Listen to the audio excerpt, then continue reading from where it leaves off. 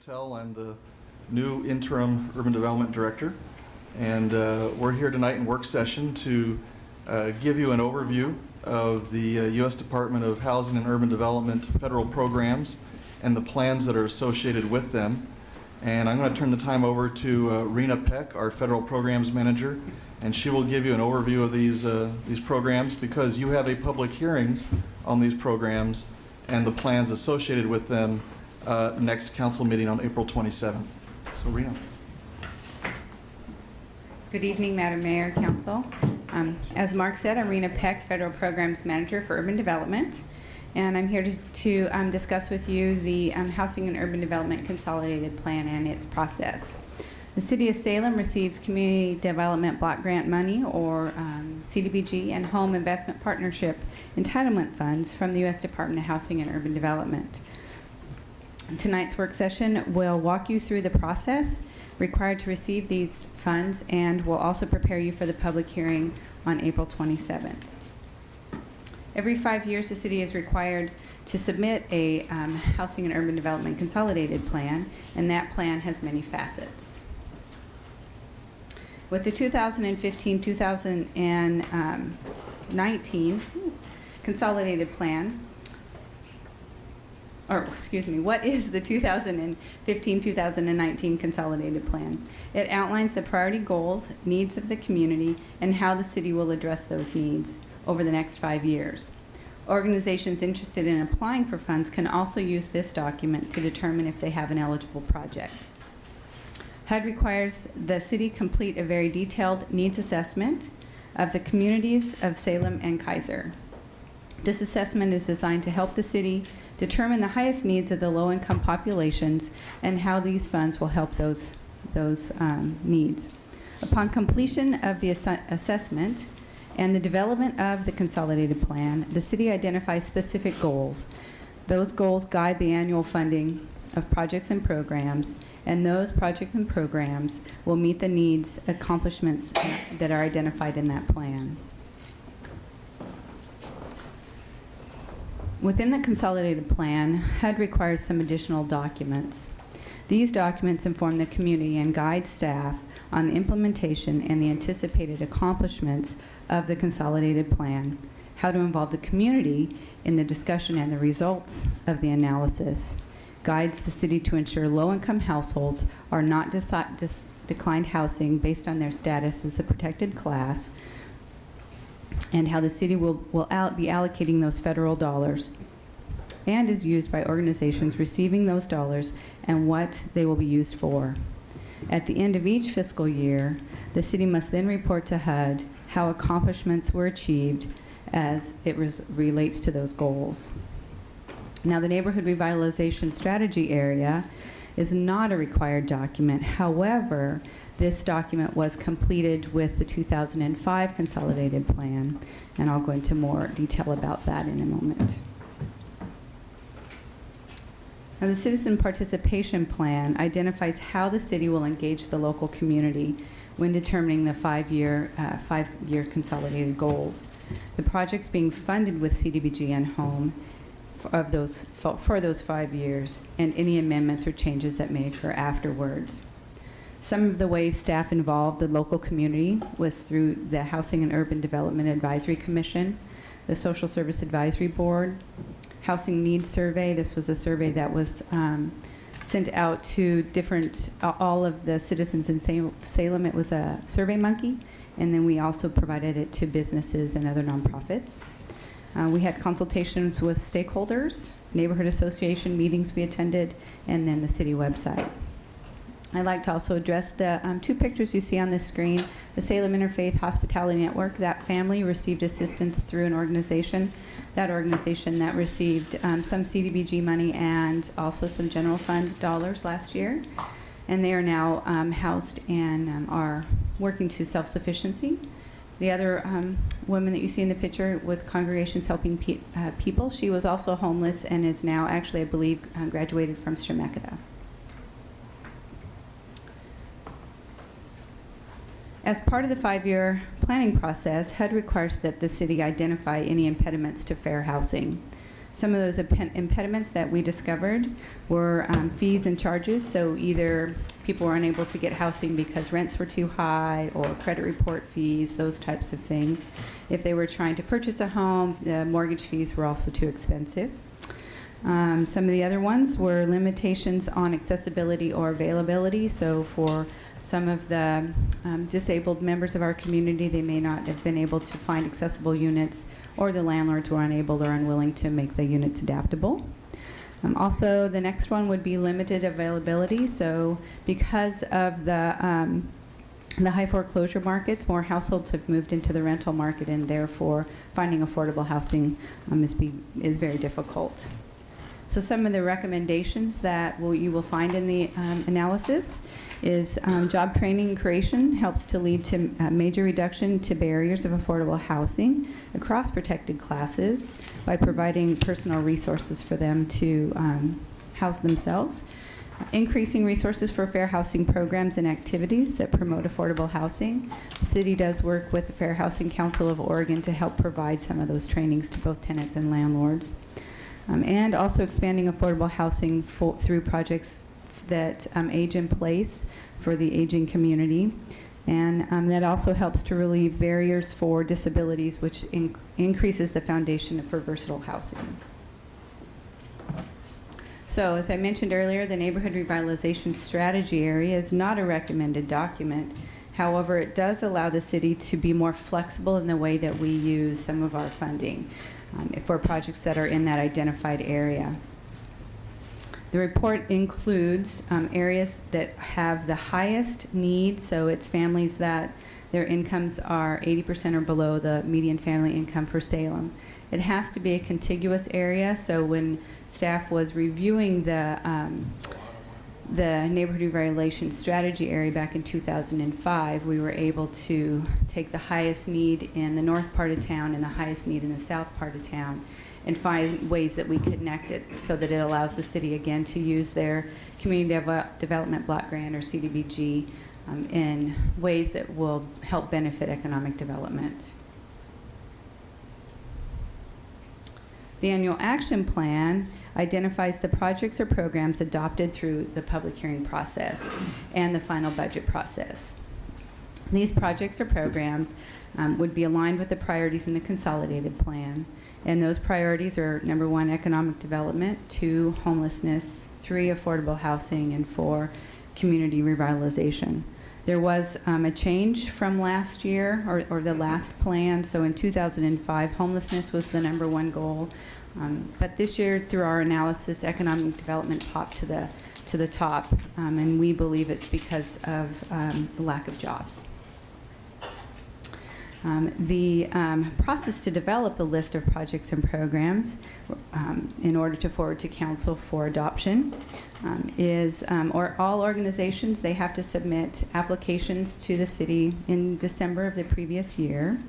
The applications are reviewed sometime around January or February by the Housing and Urban Development Advisory Commission or the Social Service Advisory Board. After they review those applications, then they make recommendations to council for funding and then adoption through the budget. And then July 1, providing Congress passes its budget, those funds are available and the projects and programs can start. The annual plan not only identifies the projects or programs, but also the number of citizens or households that will ultimately receive some type of assistance. The number of anticipated clients served is reported in the annual accomplishments report that's due at the end of the fiscal year, and that's usually in September, the end of September, and we will be coming forward to you with another public hearing on that information. Oh, let me go back. The pictures you see here are different microenterprise or small businesses that went through either the Merit Enterprise Microenterprise Program or Interface Networks Microenterprise Program. Both of those organizations receive CDBG money for microenterprise development.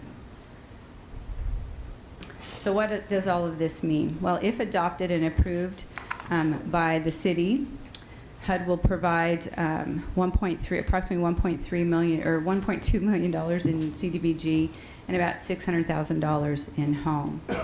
Some of the projects that would receive those dollars would be Garton Job Training Program, Merit Micro Enterprise Development, Interface Network, Micro Enterprise Development, tenant-based rental assistance, security deposit through the Housing Authority, Oregon Health Authority for residents that have HIV or AIDS, additional rental assistance, case management for victims with domestic violence, and case management for homeless individuals. The accomplishment numbers that you see here was from the 2013-2014 year. We haven't finished the 2014-15, so I don't have any numbers to give you yet. I would, though, like to say that the 2014 homeless count had about 1,815 individuals that they counted. And the family that you see here in this picture, they actually were living in their truck and received assistance through Salem Interfaith Hospitality Network, and that little girl is holding her first set of keys to a house. Thank you. Are there any questions of staff?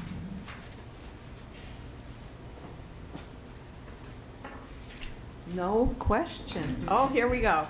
All right, Councilor Benjamin. Can you go back to that last slide? Certainly. Thanks. So 1.2 million from the CDBG, and that, within that 1 year's time, provided 60 jobs.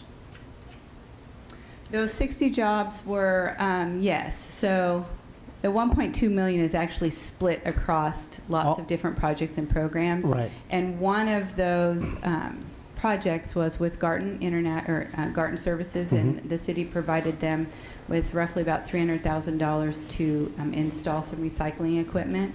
And because of that, they were able to hire 60 new individuals. I remember that. That was awesome. I was just curious on if there's any kind of breakdown on what 415 families received decent, safe, and sanitary housing, what kind of dollar figure was on that? Food boxes, 278,000 plus. What kind of number is that? So for the food boxes, that was with Marion Polk Food Share. Okay. And they received about $160,000 through the general fund program. And so those numbers are potentially duplicated. So Marion Polk Food Share, they do not, they don't say that a family can only come one time to get a food box. So they track the number of food boxes that go out, not the number of families. Okay. So that $278,000 is probably a duplicated number because we don't have that high of a population. Sure. So, Right. So of those 278, they say that the 160,000 that they received from us, that they delivered 278,000 food boxes. Does that answer your question? Yes. Okay. Yes, it does. And some of the stuff I kind of already knew, but Yeah. I guess it's more deeper in the weeds in regards to, giving somebody a fish or showing them how to fish. Right. And sometimes they need a fish up front, but at the same time, we're going to show you how to fish. So I need a food box, or I need to get an apartment or something. I need to get my security deposit, but I am working or I'm not working. So that's something that's probably not in your scope of this, but I'm just curious to see, this is what that is. And Well, a lot of those organizations work together. So Right. you may have one client that goes to Marion Polk Food Share and gets a food box, but then they get information on other programs that are out there for them that teach them to fish, that says, Right. okay, we can help you with this, Right. but let's go over here and do this so that you know how to sustain yourself in the long run. And one more question. So is it fair to say that most of this is nonprofits? Yes. Okay. In fact, All of it. I would say of those numbers are 99.9% Okay. are nonprofit. We only fund one for-profit organization, and that's Interface Network, Right. and they provide micro-enterprise development for the Latino community. Right. Thank you. Councilor Benars? Are we counselors on this? I think we are. Anyway, we have two things. Real quick, I want to make a correction. Marion Polk Food Share does not hand out food boxes. They have over 100 partner agencies that they deliver food to. I didn't want to send a lot of people out to Marion Polk Yes. Food Share. Thank you. I happen to be on the board and happen to volunteer quite a bit. And the other question I had also happened to do with the survey of the 1,800 homeless individuals. How useful, I partook in that event. I was wondering how well is that information used in doing what you're doing? Well, we take a look at it when we determine our priorities, and so it helps us to see, okay, what is the need out there? So we use those numbers to look at overall, right? So the Mid-Willamette Valley Community Action Agency, when they do the count, that number is used to determine the needs through our program and through other social service programs. And so we work collaboratively to see, how we can help get those people off the street or get them what their needs are. So it helps a lot. Yes. Thank you.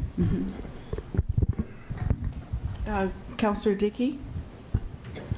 Thank you. I don't have a question so much as I have an observation. As you were going through your presentation, I'm just really struck by how many partners we have in our community doing this work. If we didn't have all of the partners that we have, we are making such a big difference. Look at these numbers here. And Councilor Bernards, you're right. When you're talking about, we're helping out Marion Polk Food Share, who then works with, 100 other sites. So it really has a ripple effect in our community. And thank you for your work, and thank you. I'm sure none of our partners are watching this right now, but if they are, I just really appreciate all of the people coming together and doing this work in our community, because we sure as a city couldn't be doing it on our own. So thanks for all of your hard work in getting those funds so that we can pass them on to our partners to do this work in our community. Thank you.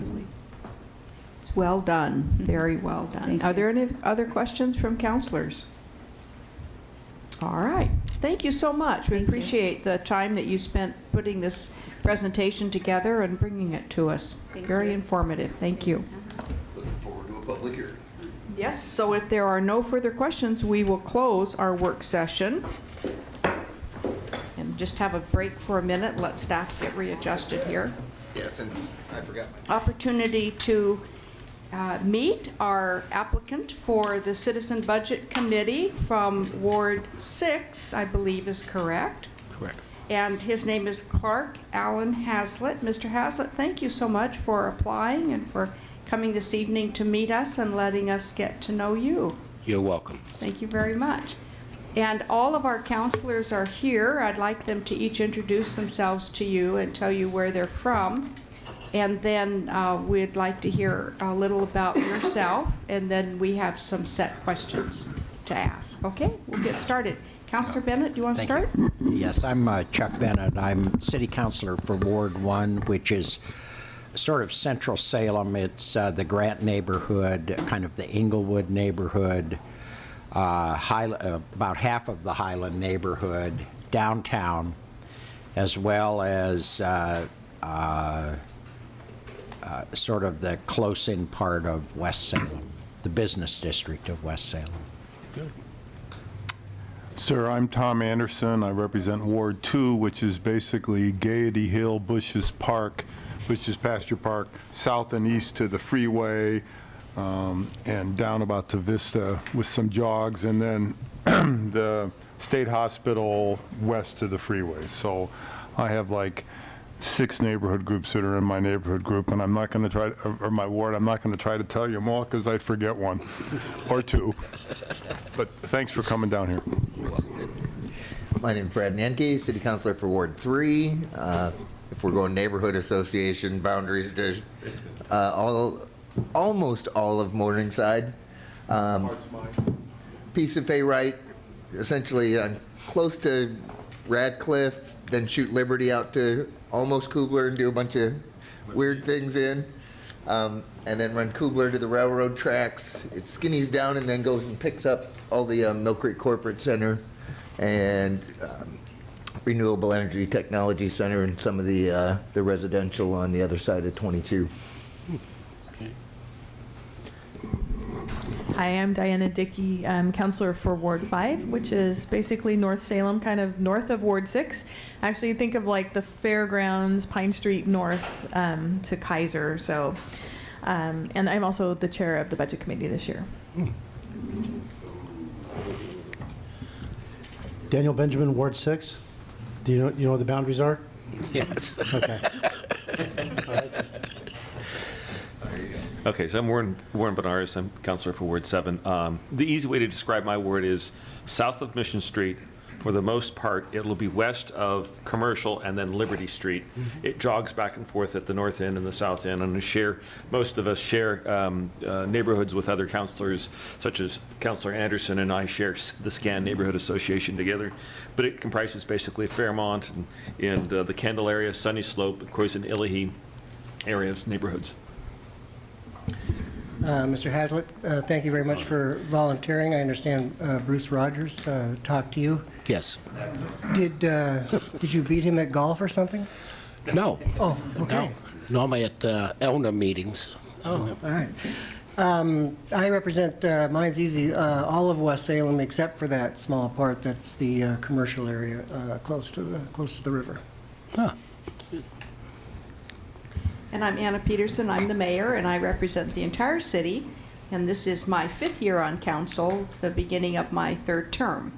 So I have one more year after this as part of my 3rd term.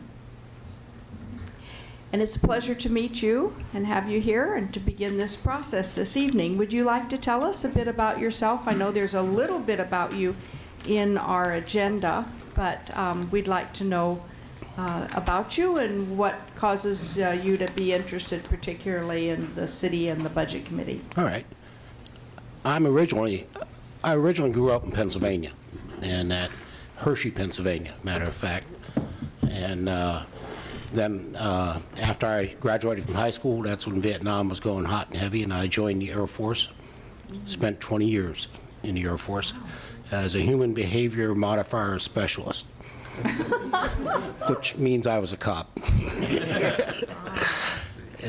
And then after that, I worked for Reynolds Electric and Engineering Company, which is a captured contractor at that time who ran the Nevada test site for the Department of Energy.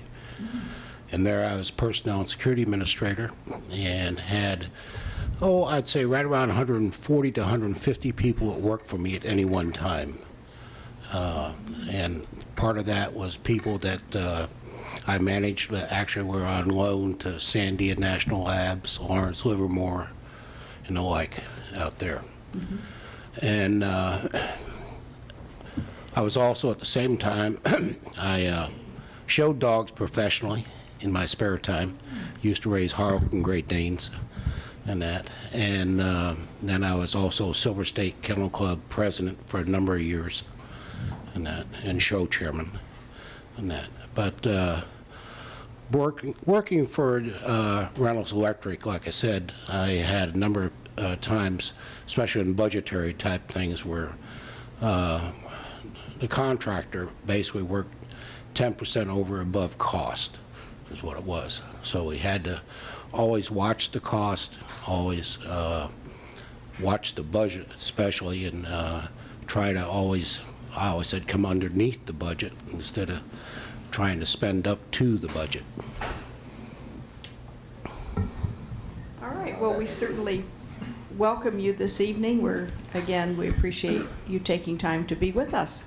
We do have some questions prepared ahead of time. We're going to start with Councillor Bennett with question 1. All righty, thank you. What's your understanding of the role of a budget committee member? A budget what? A budget committee member. Right now, I'm a little bit in limbo in a sense. Yeah. But I would imagine what the city has a budget, and then you turn around and look at where that money is at, where you can allocate that money and use it efficiently. Okay, great. Thank you. Let's see, who has number 2? Warren? I'll take this next Councillor one. Bednarz. So why do you want to be on the budget committee, and what do you think you can contribute to that committee? Well, number one, why I want to be on that committee is to help serve the city and the people in the city. and to make the funding hopefully stretch to be able to accomplish a lot of things without having to basically ask the taxpayers for more money. And what can you contribute to that committee? I think my knowledge on how money is used and how it is used and allocated to expenditures, and to watch the expenditures on to ensure that the city and the people of the city are actually getting their dollars worth. Thank you. Councillor Dickey? So you've served on the Elna Neighborhood Board for a while, so you're probably here, every year, some of our challenges and some of the issues that we have with our budget. So what do you think are the biggest budget challenges and concerns facing the city? Well, I know even one of the things, I'm not sure if you passed it yet or not, is the concern, I think, of citizens, especially when you're looking at more tax structure onto the citizens, such as when you look at even the street lighting. A lot of people in Salem are on fixed incomes, and how that will affect them.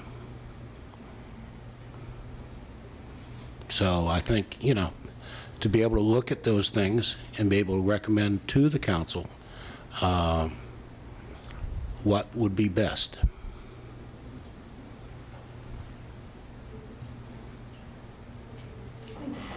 Councillor Benjamin? Hey, thanks for taking the time and volunteering.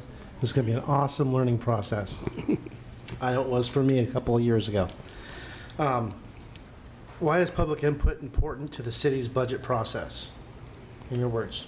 In my words, I would probably say that the input of the citizenry, that's what our taxpayers are. That's what our funding, what we want to do. So their input is very valuable to get a consensus of what is right. Thank you. Are there other questions from councillors? I think Councillor Nanke has a question. Thank you, Mayor. Just a quick one. Have you looked at any of the previous budget committee meeting minutes or I have not, watched sir. any? I have not. That would help answer the other question as well. So, yeah, our first one will be this Wednesday, so you can hop right in. Councillor Lewis? Yeah, that would be my only question is, they're pretty intense meetings, and there are a number of them. Do you have the time to commit? Yes, I do. All right. Yeah.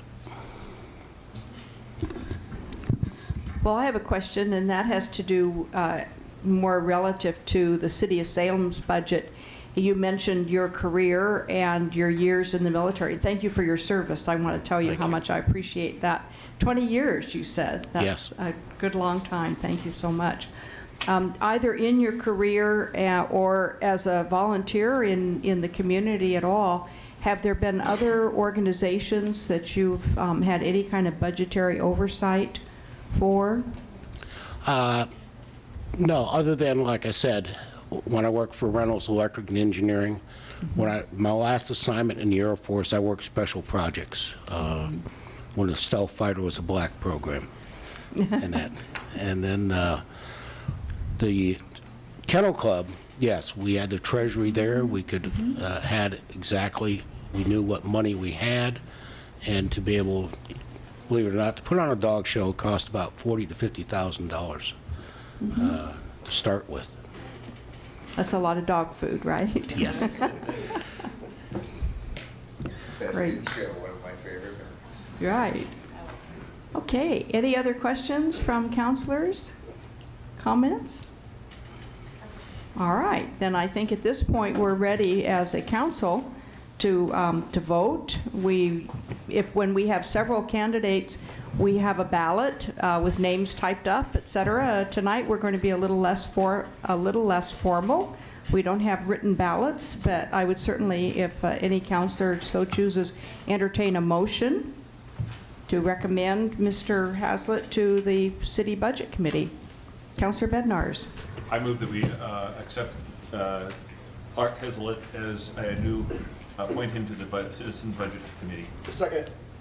All right, it's been moved and seconded to appoint him to the City Budget Committee, to appoint Mr. Haslett to the City Budget Committee representing Ward 6. Councilor Nanke, you have a comment or Just a procedural question. rule of order? I knew it was coming. Since we're just in an interview panel right now and we're not formally in any kind of a session, can we do that, or do we have to wait for a council meeting? I guess it's technically part of the council meeting, so you can go ahead and put it Okay. Just want to make sure we're happy and that he doesn't show up on Wednesday and we have to turn him away. No. All right, there's a motion on the floor. It's been moved and seconded to appoint Clark Allen Haslett to the Citizen Budget Committee for Ward 6. All those in favor signify by saying aye. Aye. Nays? Any nays? All right, motion carries unanimously. Thank you and welcome aboard. Thank you you. very much. Appreciate you. Yeah, that was painless. If I might, if you Okay, could we'll be- take a brief break and there's then a we'll meeting get ready tomorrow for the at council 5:30, meeting. if you told me. Good evening. We will go ahead and call this meeting of the Salem Housing Authority to order. Today is April 13th. If we could have a roll call, please.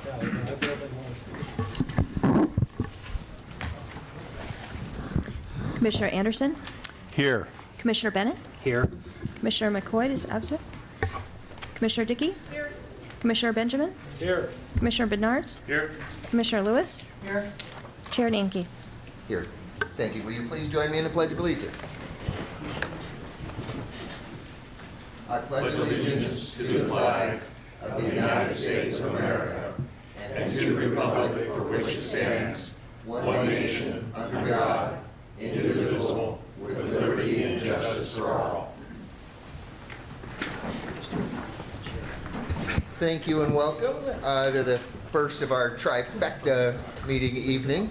We'll follow the Housing Authority with the Urban Renewal Agency, followed by City Council, just so everybody knows kind of what we're doing here. We have no public comment. Is there anyone in chambers that wishes to speak to the Housing Authority? Seeing none, we will move forward with the consent calendar.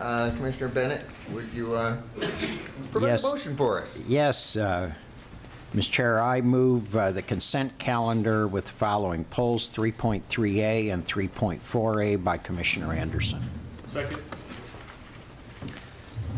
Thank you, Commissioner Bennett. The only item that leaves on the consent calendar then is a tri-party collateral agreement between KeyBank, the Housing Authority, and the Federal Reserve Bank of Boston. So all those in favor of the motion for the consent calendar portion of that item, please signify by saying aye. Aye. All opposed, nay. Motion carries unanimously.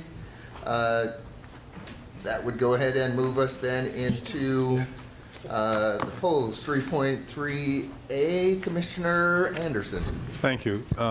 Do I need to make a motion here? Okay, I move we adopt item 3.3A on the calendar. Second. Then I have, Discussion. yes, thank you. I just have a few questions for Mr. Wilchin. I'm looking at page 2, and I have a question about the facts and finding, and maybe it's just a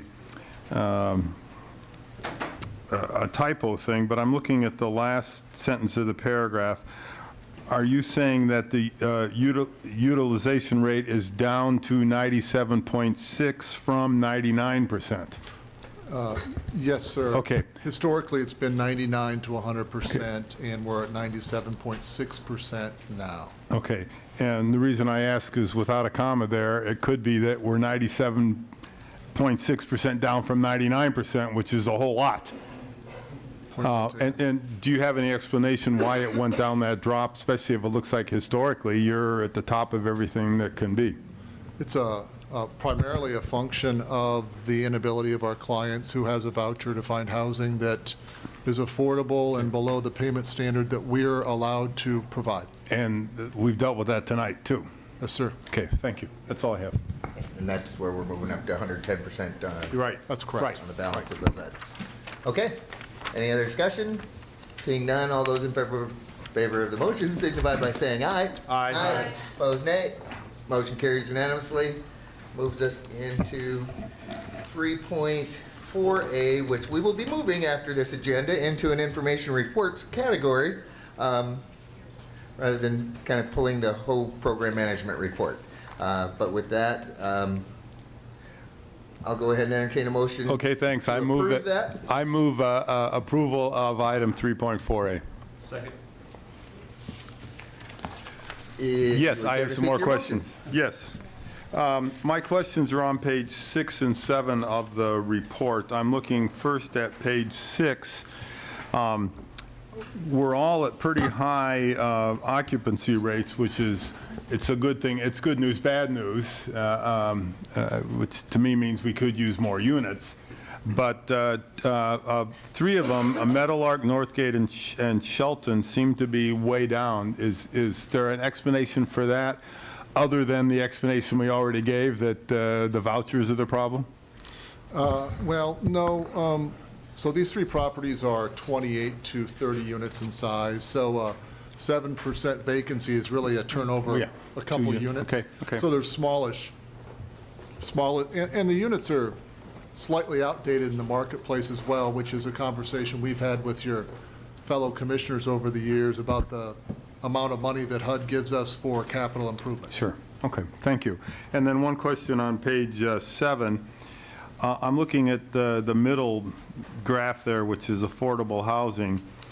And when we're looking at the percentage of various ethnic and racial groups, that adds to more than 100% to my way of calculating. So of course, these are Self-reported? self-selected. Okay. And so I think it's likely that people may identify themselves in more than a single race. Okay, perfect. Thank you. That's all I have. Actually, I had one piece on that. The public housing admissions and continued occupancy policy, Yes. referenced on a couple of pages there. It says it will come back for our consideration later this summer. That's correct. So Do that's, we have a little tighter timeline on when?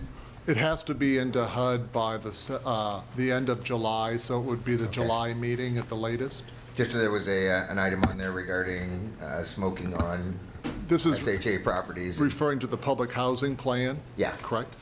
The smoking piece, I think we'll bring back separately and earlier. Okay. And as you know, we already have a smoking policy that basically prohibits smoking on all of our properties, except we had designated smoking areas. And that's really what we're looking to eliminate, because they don't work and people don't abide by them, and they're really, takes a lot of our time to police them, if you will. Yeah, because we've had discussions on if we prohibit it, where do they go? Would they still not follow any of the rules anyway? Or do they go to the neighbor's property and create a hassle that way? So if that's going to come back independently, that'll Yes, sir. probably be a good thing. Yes, sir. All right. All those in favor, unless there's other discussion? Seeing no interest. All those in favor of the motion signify by saying aye. Aye. Opposed, nay.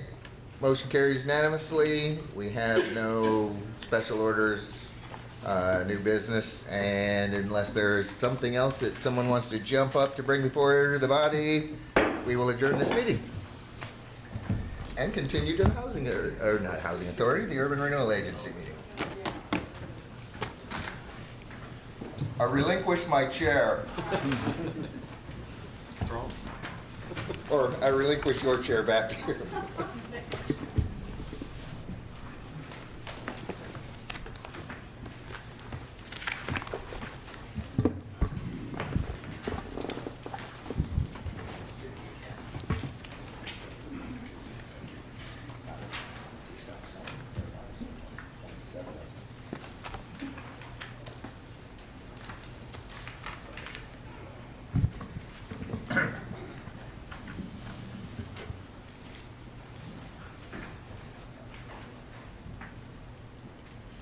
right, I'd like to call to order this evening's meeting of the Urban Renewal Agency for the City of Salem for September 13th, 2015.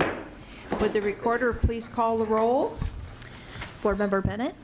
Here. Board Member Anderson? I'm here. Board Member Nanki? Here. Board Member McCoy is absent. Board Member Dickey? Here. Board Member Benjamin? Here. Board Member Bernards? Here. Board Member Lewis? Here. Chair Peterson? Here, thank you. Well, I would like to entertain a motion for approval of additions and deletions to the agenda. So moved. It's been moved and seconded. I'm going to look over here to see what. Madam Mayor, actually, There we are don't none. have any tonight. I don't think we do for the Urban Renewal Agency. Sorry, all right. We'll disband with that idea. We And just we'll wanted go to see if anybody would make the motion. Yes. Just keeping us all in practice. Then we'll move to public comment. Do we have anyone signed up? No, there is no one. Is there anyone here this evening who wanted to make a comment on an agenda item that's on the urban renewal agenda? All right, no one is here to speak to that. We'll move right to the consent calendar. Member Nanki, do you have a motion for us? I do, Madam Mayor. I would move the consent calendar with a pull of 4.3D by Member Anderson. Second. Thank you. It's been moved by Member Nanki and seconded by Member Benars to move the action, the consent calendar, with the one pull of item 4.3D by Councilor Tom Anderson. All those in favor of the Madam motion? Mayor, if I Oh, can I'm just make a sorry. quick comment on the balance Oh, of the yes, items on the certainly. agenda. Okay. We have the de jure borrowing from the City of Salem to the Urban Renewal Agencies for a little over $6 million. It's just monies that move back and forth to where the urban renewal areas have debt, which they're required to do, and then it's moved back to the City of Salem. Item 4.3B is removing the Urban Renewal Agency from covenants, conditions, and restrictions, design and enforcement within the Fairview Urban Renewal Area. And all of those issues that we were involved with before have been picked up by city codes now, so we don't need to have us inside of that loop. And then the last one is the South Waterfront Urban Renewal Area Project Grant Program correction, where we had identified the City of Salem as the party rather than the Urban Renewal Agency, and so we're making those modifications to bring us into conformance. All right, thank you. Appreciate the summary. That's very helpful. All right, now we'll move to the question. All those in favor of the motion, please signify by saying aye. Aye. Aye. Opposed, say nay. Motion carries unanimously. Thank you. I draw your attention to information reports that are in your packets this evening. And we'll move to special orders of business, where we will take up the item 4.3D. Yes, Councilor Nanki. Can I go back to the information item 5D on the Minto Brown? Did you want to discuss that? You have a question? Just a question on Okay. miles of trails. It seems to move around a lot. I think a few weeks ago it was 28. I remember it being 26 once. The report today says it's 30. Do we have a map that actually shows us that and how we're calculating those numbers? Sure. Mark Bechtel, Interim Urban Development Director. Yes, Member Nanki, we could provide you a map of that. The number really has been fairly consistent, but it depends on whether you're saying existing or existing and future. And that's why you may have seen a difference in the numbers, but we can definitely provide you a map of the trails that would be part of the whole system once that bridge is in place. Excellent. Thank you. All right, then call for the motion. All those in favor of, That was just a question on information item. that was just on information. All right, thank you. All right, for special orders of business. Oh, yes, Councilor Dickey? Thank you, Mayor. I just wanted to thank staff for the quarterly update on the Portland Road Strategic Action Plan. I know we had asked for those to be quarterly, and I think this is the first one. I've been getting a lot of this stuff as it comes out, so I think this is the first one we've actually seen on our agenda. But I appreciate that, and I'm looking forward to the next round of public outreach this summer. That'll be doing a little more in-depth analysis. I spoke with the consultant a couple weeks ago and had a pretty thorough interview about the issues going on in Portland Road. And just based on that and knowing that those are the kinds of things that are being asked of the stakeholders in the area, I'm very much looking forward to getting the completed report so we can actually get something done on Portland Road. All right. Thank you. All right. Any other comments or questions on information reports? Okay. Then we will move to Member Anderson to just bring forward 4.3D. Do you have a motion? Yes, I do, Madam Mayor. Thank you. I move the approval of action item 4.3 sub D. Second. I've had some questions that I think were answered. Oh, may I discuss? Yes, I was Thank just you. going to say. Okay, sorry. Counselor- Member Anderson, would you like to discuss? Well, yes, I would. Okay. I've had some questions that I think have really been answered, but I just wanted them to be answered in a public way. My first question is, are these as listed in the priority? And I understand that they are in the priority. Is that correct? That is correct, Counselor. Okay. Then and this maybe is pretty obvious, but I'll ask it anyway. There's $2 million available, and there's $30 million worth of projects. So it's not the first one isn't even going to happen completely with this money. So what's the plan? So what I would speak to that is, Okay. in 2012, the COG participated with other local governments in developing the Community Economic Development Strategy List. And this list included many of the infrastructure projects you see here. Each year they update that list, and the Regional Solutions team recently was looking at infrastructure needs and pulled this list. I participated on that council and made a comment that perhaps that wasn't up to date, and I would like the opportunity to take it back to our governing bodies to see what their priorities are. So this is coming back. It's more than just the $2 million in funding. It will appear on the Community Economic Development Strategy for the COG, and these will be our priorities and projects listed there as well. So thank you very much. That's helpful. But you indicated you wanted to take it back to the council to indicate our priorities. Has the council done that then, and these priorities at some prior meeting? That is what we're doing this Now? evening. Yes, Okay, so these are the suggested priorities? that is correct. Okay. Let me take one moment.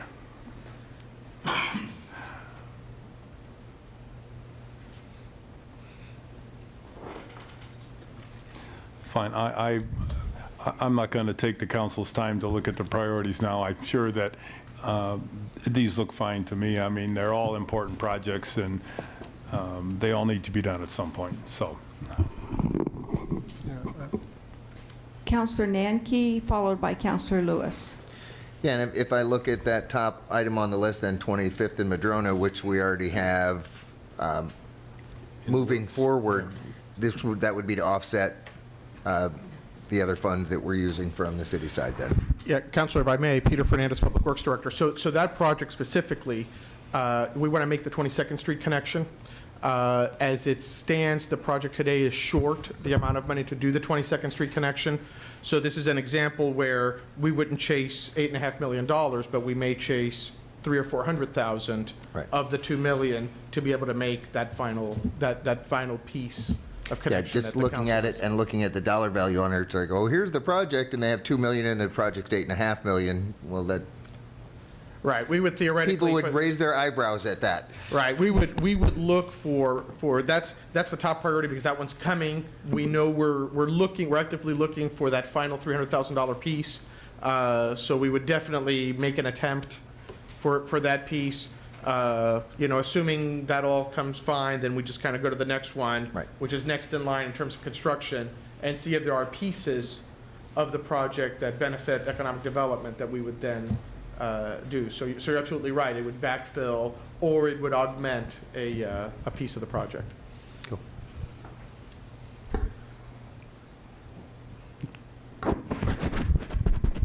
Excuse me.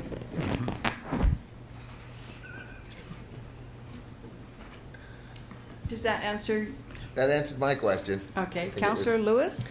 I think you work it like a puzzle. You don't just go after the thing. You work the whole thing like a jigsaw puzzle. I get it. More power to you. Thank you, Counselor. Rock on. All right. Any other comments or questions on this item? We'll move to the question. All those in favor of the motion, please signify by saying aye. Aye. Aye. Opposed, say nay. Motion carries unanimously. Thank you.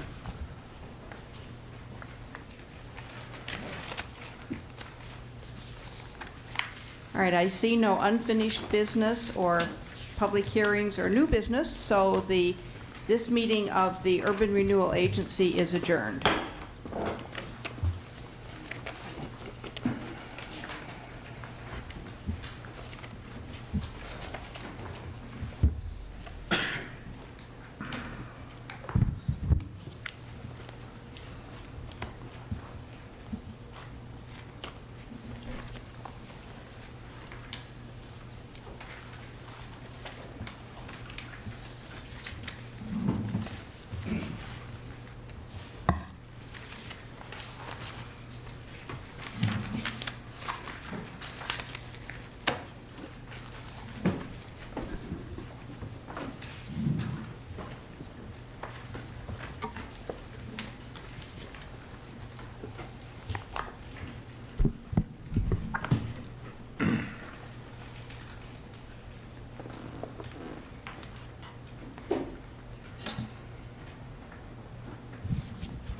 All right, I'd now like to call to order this evening's meeting for the Salem City Council for Monday, April 13th, 2015. Would the recorder please call the roll? Counselor Bennett? Here. Counselor Anderson? Present. Counselor Nanki? Here. Counselor McCoy is absent. Counselor Dickey? Here. Counselor Benjamin? Here. Counselor Bernards? Here. Counselor Lewis? Here. Mayor Peterson? Here. Thank you. Counselor Nanki, would you like to make a motion regarding the approval of additions and deletions? I can do that, Madam Mayor. I would move additions, deletions, and revisions to the agenda as contained in the two sheets sets on your desk this evening. Okay, it's been moved by Counselor Nanki and seconded by Counselor Benars to move the addition of the additions, deletions, revisions presented to us this evening. Is there any discussion on those? Madam Mayor, if I may, Yes. the one addition is the Citizen Budget Committee interviews and appointments, which we already dealt with prior to the commencement of the Housing Authority meeting, and then the other is an addition to public hearing, so we can incorporate that at that time as well. Thank you. All right, there's a motion on the floor. All those in favor of the motion, please signify by saying aye. Aye. Aye. Opposed, say nay. Motion carries unanimously. Thank you. It's now time for council and city manager comment, and I'd like to open the comment with a couple of items. And that is, first of all, to recognize that we have an interim city manager whom we are recognizing as city manager, Casey Duncan. It's a pleasure to have you on my left and to have you right with us every day, pulling the load. We appreciate your willingness to step from being deputy city manager to city manager. Would you like to say a few words? Sure. I was mentioning to Peter, I was staring at my chair down there and said the one up here is a little warmer than where I normally sit. But I'm really grateful for this opportunity and look forward to serving in this capacity. The past several years I've been in the city manager's office and learned a lot from our former city manager, Linda Norris, and look forward to this opportunity and continuing to move the city forward until the permanent manager is in place. So thank you all for the opportunity and the confidence that you placed in me, and also to our department head group who has expressed a great deal of confidence in me, and also acknowledge that they will step up to the task and go above and beyond to ensure that we continue to operate at the high level we have. Thank you. Excellent. And I wondered if you'd like to also introduce the interim director for urban development who's here tonight. Yes. Well, thank you for prompting me on that. We have another interim director within the city. From Parks and Transportation Services, Mark Bechtel is transferred and is now serving as Urban Development Director. He had a few weeks to transition with Rick Scott, who came back temporarily to assist us in that area, and we're grateful for his tutelage and what he helped us to do. And I think he placed Mark in a great position to hit the ground running. So do you have any comments, Director Bechtel? I too am grateful for the opportunity to serve in this capacity and look forward to working with all of you. Wonderful. Welcome. All right. I have 2 items I quickly will say, and then we'll go to council comment as well. One is to the police department, and I noticed that Deputy Chief Steve Belshaw is here up at the back. He doesn't know I'm going to say this, but this week our city police department, as a service to the community, will do, I believe, 2 evenings or 2 days of rental property manager instruction. And it's something that we do annually, and it's a big help to people who've become property managers. And this year there are 89 people signed up for the class that's going to be held this week. So kudos to the police department for putting all of that information together and contacting all of the different rental properties and their owners and their renter management teams, and spending that time. Yeah, I know it's going to be time well spent. Great, thank you. And on Saturday, several of us had an opportunity to be at the opening of the children's room at the library. And in fact, I think Warren Bednarz is going to talk about it, and others might, but I just wanted to say what a wonderful event it was and how really honored I was to be there and be a part of that, and to see the beautiful artwork that is entranceway to the children's rooms at both ends of the children's rooms, and the tremendous excitement in the public who came, not just children but adults as well. It was a wonderful event, and it was a wonderful collaboration of funding sources that brought money both from the Library Foundation, from Friends of the Library, and then through the city from the Library Advisory Board. And I thank all of those people who serve on those boards. It was a grand event. So, other comments from councilors? Councilor Bednarz and then Councilor Anderson. I need not say a whole lot more about the library. I very much enjoyed it. I very much enjoyed the artwork that Kristen Coons, an artist here in town, has made the entrance both upstairs and on the main floor as you enter into the children's area. Beautiful archways of carved wood that has animal figurines, birds, bears, cats, or whatever they might be. And those are, I think, all out of one of the local children's books that's out there. So anyway, I brought the little program that they handed out that day that gives Kristen a pat on the back for what she has done. What a wonderful, wonderful thing for this community to have. The second item that I wanted to cover this last week, I was able to, as a board member, actually this community member, it doesn't really matter. I ended up going to Grand Ronde where they had the ribbon cutting for the Iskamukmuk House, and it's not spelled in any way near what I just said. But this is Marion Polk Food Share has been asked by the Grand Ronde tribe to actually run a food pantry. This is the first time that Marion Polk Food Share is going to be paid to do that service. Not to say you might have one paid individual, but there are quite a few dozens of volunteers from that community who help at that pantry. But the Grand Ronde Indian Tribe put up a brand new building, the brand new facility there, and it's going to be well received by both the Indian tribe and non-Indian people that are living in that area. So wonderful thing to have happen. Wonderful. Councilor Anderson. Thank you. I echo the mayor and Councilor Bednar's comments about the library. I was there and I got to read about the pigeon needs a bath, and that was a lot of fun. My second comment is we seem to be a city lately that has been in the news a lot for signs. And the first one was the owl attacking a member of my ward, Dr.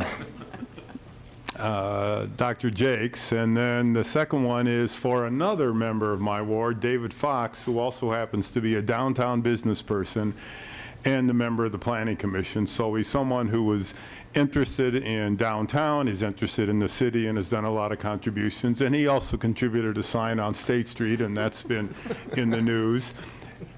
which he appropriately took down. But I think in general, I commend David for bringing this issue to the fore. And it certainly has engendered a lot of discussion both in Salem and nationally.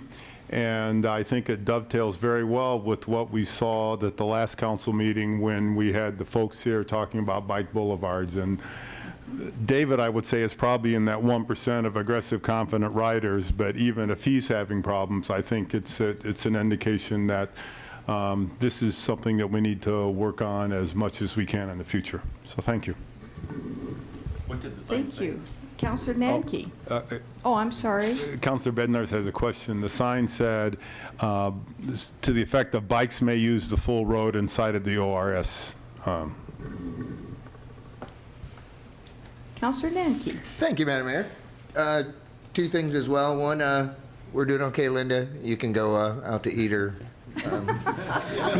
change the channel. And secondly, on Friday morning, I was able to welcome the NAACP Youth Leadership Conference over at Chemeketa High School and middle school children.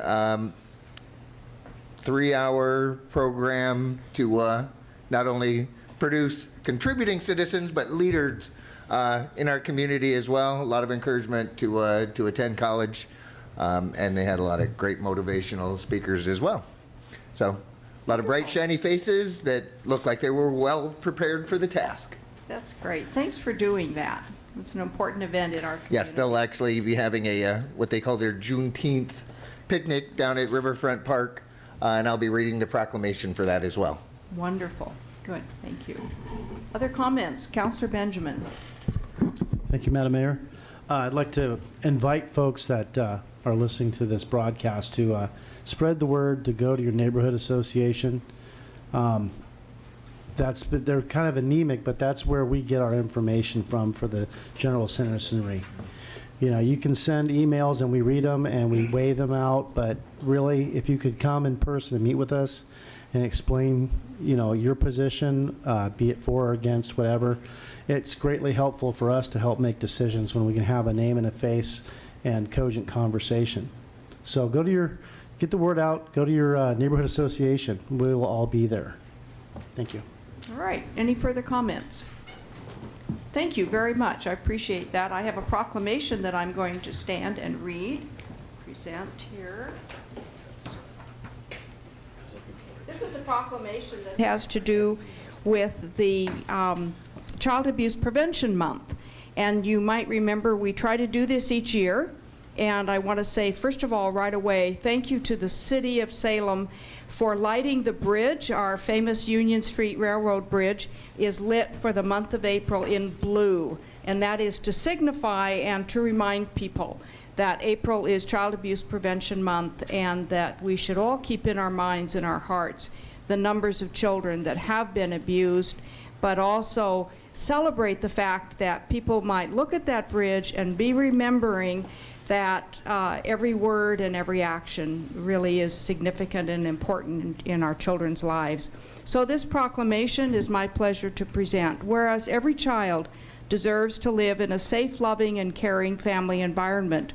And whereas in 2013, there were 10,630 reported victims of child abuse and neglect in Oregon, of which 10 resulted in death. Of those reported cases, 832 were victims in Marion County alone. Whereas child abuse and neglect can be reduced by joining together as individuals, organizations, and government agencies to provide opportunities to educate, train, and support caregivers by raising awareness of child development, basic care skills, discipline strategies, and goal setting for parents. And whereas by strengthening families and providing safe, stable, and nurturing environments that are free from violence, abuse, and neglect, opportunities are created for children's optimal growth and success, ensuring a secure future for our communities where the needs of children are a priority and the needs of families are met. Now therefore, I, Anna Peterson, Mayor of the City of Salem, do hereby proclaim that April 2015 is Child Abuse Prevention Month, and I invite the entire community to join me in preventing child abuse in Salem and encourage all citizens to protect our children. Thank you very much. I'll be presenting this to the Marion County department that works with the Child and Families Commissions and really spreads the word throughout the county that we are a county that values its children and works every day to try to prevent child abuse. Thank you. I have another proclamation for which I have a helper this evening, and I'd like Karen Fisher, who is the director of the Children's Department in the Salem Public Library, to join me. Did I have your title correct, Director? Almost. Almost. Youth Services Manager. Oh, thank you. Youth Services, that's better, because that includes the teenagers as well, doesn't it? Yes, it does. We want to always include them. Come on down here. Okay. This is a proclamation that I'm very happy to present to you and to the public. Whereas libraries provide free access to all, and whereas City of Salem residents make over 600,000 visits to the Salem Public Library each year and borrow over 1.3 million items, whereas the Salem Public Library works persistently to increase literacy and encourage lifelong learning by promoting continuing education and offering innovative programming and uses of technology.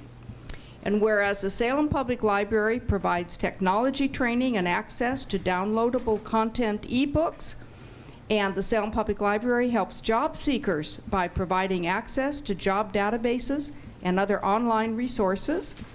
And whereas in times of economic hardship, Salem's residents turn to and depend on their public library and librarians.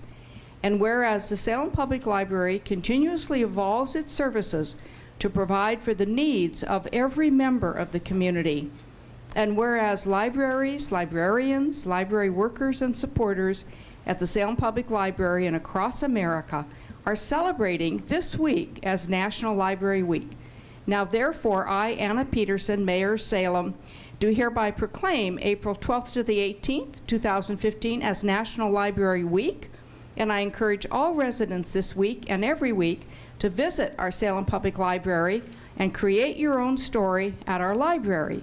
And I'd like to present this proclamation, Karen, to you. Turn this around. Show this to you. There you are. Thank you so very much. Would you like to say a couple words there? There you are. Yes. On behalf of everyone at the Salem Public Library, thank you very, very much for this, and we will post it prominently. Excellent. Excellent. Now, don't go away, because we have another sort of chapter 2 for you with regard to the library. And I'm introducing, along with Karen Fisher, Katie Anderson. And Katie is here today, and she is the Youth Services Consultant with the Oregon State Library. And I'm going to turn this over to these ladies, and they're going to talk about the presentation and the award that is being presented this evening. Hi, I'm Katie Anderson, the Youth Services Consultant at the State Library and the Administrator of the Ready to Read grant. Congratulations, your library was selected as one of the 2014 Outstanding Ready to Read grant projects. This year, Outstanding Ready to Read grant awards were given to libraries implementing programs that demonstrated the effective use of outcome-based evaluation, leveraged local partnerships to expand literacy opportunities for youth, or made an extra effort to engage underserved youth in grant-funded activities. The Ready to Read grant is the only money public libraries receive from the State General Fund. The grant is not competitive, so all legally established public libraries are eligible and receive the grant if they apply. Libraries may only use Ready to Read grant funds on early literacy services or summer reading activities, because these are the programs that research shows, excuse me, I get really nervous.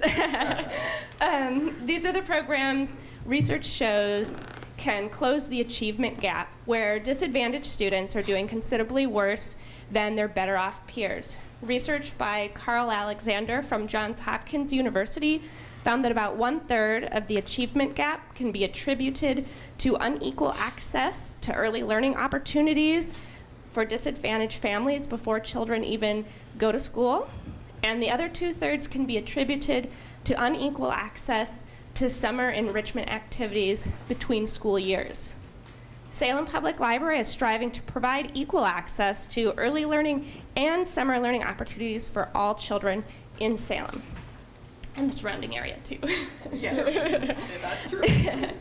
The Salem Public Library staff have partnered with your local early learning hub to identify Head Starts and other child care facilities that serve to identify the most at-risk students in your community to provide them with early literacy outreach. The library engaged children at 36 Head Starts and child care centers in early literacy story times in both English and Spanish. Children receive a bilingual nursery rhyme coloring book, so they will have early literacy materials at home and continue the learning process even when they're not with library staff. And 17 of the 36 sites also started checking out storytime totes and other materials from the library so that they can continue providing high-quality early literacy activities for children between library visits. Child care providers and children responded especially well to bilingual library staff, Maria, who presented traditional Spanish language rhymes rather than just English rhymes translated into Spanish. This, in combination with the bilingual nursery rhyme book, resulted in child care providers and parents continuing to rhyme with children between library visits and at home.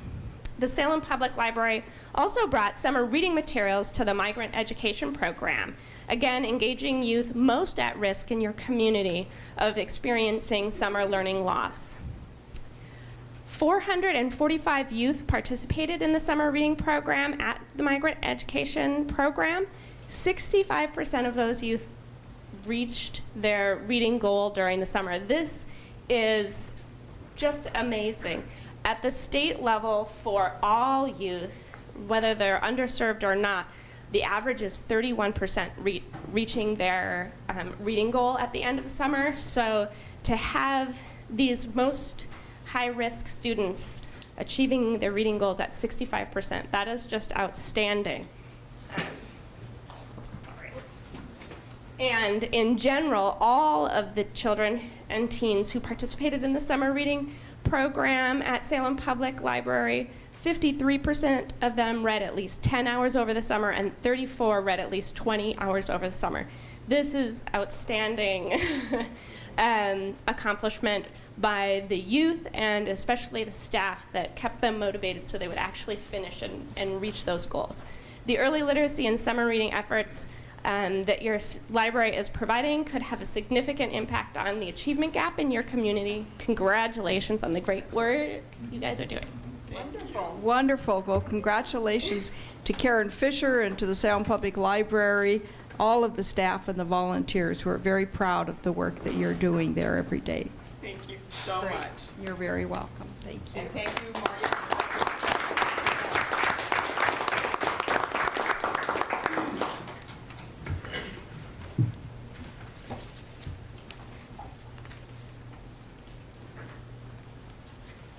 All right, we'll now move to public comment. Do we have anyone signed up today for public comment? Motion initially. Yes, Madam Mayor, if Councilor I may Manke? make a motion to waive the rules in regards to public comment Okay, for the purpose of bringing public comment section 9 into public comment section 2. all right. Is there a second? All right, it's been moved by Councilor Nanke and seconded by Councilor Benars for a motion to suspend the rules. Is there any discussion? All those in favor of the motion signify by saying aye. Aye. Aye. Opposed, say nay. Motion carries. Thank you. Okay, so then the actual motion is to bring public, reorder the agenda to bring public comment section 9 into section 2. All right, and thank you. And do you want Section 9 to go first, or do you want Section 2 to be heard Section first? 9 can follow too. I'm All one right. for sequential numbering. All right. Madam Mayor? Yes, Councilor Bednarz? Because we are suspending the rules, I just want to make sure that the public knows, not necessarily why we're doing it, but what this means, that they're able to talk at this point about items that are on the agenda up to public hearings and items that are really not on the agenda item at all. They're still not talking about the public hearing items. But that means everything Right. is brought up to the front end of the meeting today, and there won't be the opportunity at the end of the meeting. Right. All right. Then we will proceed with two individuals who We signed need up. to, the motion still, Dan, your did we get motion a is second on the still- second motion? Second. Okay. All right, there was a motion and a second to To then reorder the agenda. The first one reorder was the just to agenda waive the so rules. that agenda item 2 and agenda item 9 will both be heard at this time. All those in favor of the motion signify by saying aye. Aye. Opposed, say nay. Motion carries. All right. We have two people who've signed up under agenda item number 2 for public comment. Michelle, I'm going to look at this very closely. Cordova and Jerry Basinger. And you'll have 3 minutes. At the end of 2 minutes, the amber light comes on. At the end of 3 minutes, the red light comes on. And you just state your name and your address or your ward. Am I in the Thank right you. place? Okay. Mhm. Thank you, Mayor Peterson and council members. My name is Michelle Cordova, and I live in Ward 7, and the organization I'll be discussing is in Ward 1. I'm the executive director at Straub Environmental Center. And first off, I'd like to say how pleased the board of directors and staff are at Straub Environmental Center to be a part of a community that takes the time to acknowledge Arbor Week. On the proclamation that Mayor Peterson signed, which is going to be coming up a little bit later in the agenda, it reiterates the fact that Salem is one of only 17 cities in the country to be a charter participant in the Tree City USA program 39 years ago. This proclamation reiterates to Salem's residents the commitment the city of Salem has to environmental education. A perfect example of that support played out this past Saturday when we co-hosted, along with Salem Public Works Stormwater Services and the City of Salem Parks Operations, our city's first annual Earth 411 event at Riverfront Park. This Earth Day celebration offered a family-friendly, zero-waste educational event for all community members in the surrounding area. The event was well attended, even with the weather the way it was, with an estimated 700 to 800 attendees, exhibitors, and volunteers. As the only nonprofit environmental education organization in Salem, we'd be unable to offer the programs, events, and classes we do without the support of our community. The City of Salem has continuously provided that support in a number of ways. Earth 411, funding opportunities with the Watershed Protection and Preservation Grant, as well as encouraging a city staff member to serve on our board of directors. That city staff member, Deborah Topp, is the city's natural resources outreach specialist in the Public Works Department. She was the lead coordinator in this joint effort to provide Earth 411 here in Salem.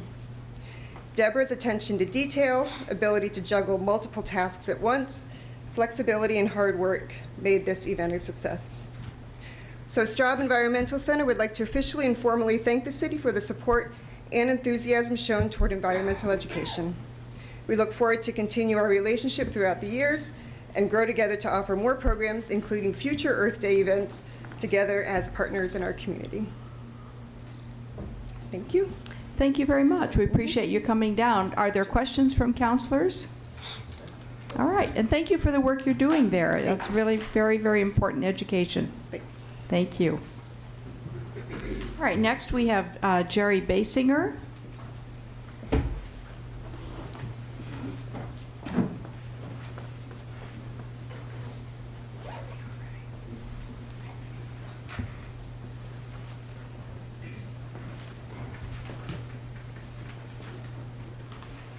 Mayor Anderson and members of the council, my name is Jerry Basinger. I'm an architect for the Goodwill project, which is proposed. This relates to item 3.3G, so I don't know if it's in order for me to discuss. It's fine, yes. I basically have reproduced the presentation that I gave 3 weeks ago and added 2 or 3 slides that address questions that were asked by council members in order to give a more complete answer. So the site you're familiar with, which is at Edgewater and Wallace, and we've proposed vacating First Street and Lincoln as illustrated. And part of the improvements that would be encompassed or included as part of the project would be to build Second Street where currently it's the vacated railroad right-of-way, and to extend it down to Murlock as requested by the city transportation folks so that you have a complete connection through the site. In addition, we would make frontage improvements as required by the city along Edgewater and along Wallace. There's our site plan, shows the impact of the vacated streets through the site. And this is the first new slide. There were questions about how the plan tied into the studies and plans that are underway. And we're aware of the underpass proposal on Wallace, and our site plan is compatible with that. We, in discussions with both the city and also the ODOT, the concern on Wallace is that there's no sight line, so there's a significant safety hazard presented by First as it is currently located, and by the other driveways at the existing Goodwill Donation Center and at the restaurant that's on the corner. Our site plan would eliminate all of those curb cuts.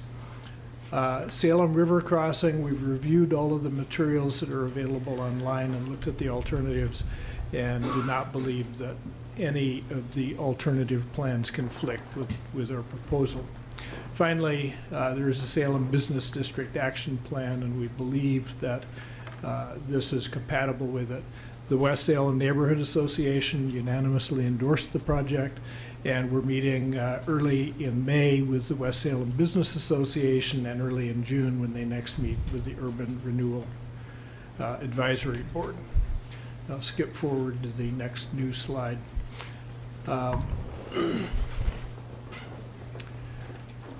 The impact of the project, and this is really the slide I'll finish with, 100 construction jobs, about 50 in the retail pad buildings along Wallace, and about 40 full-time jobs in Goodwill.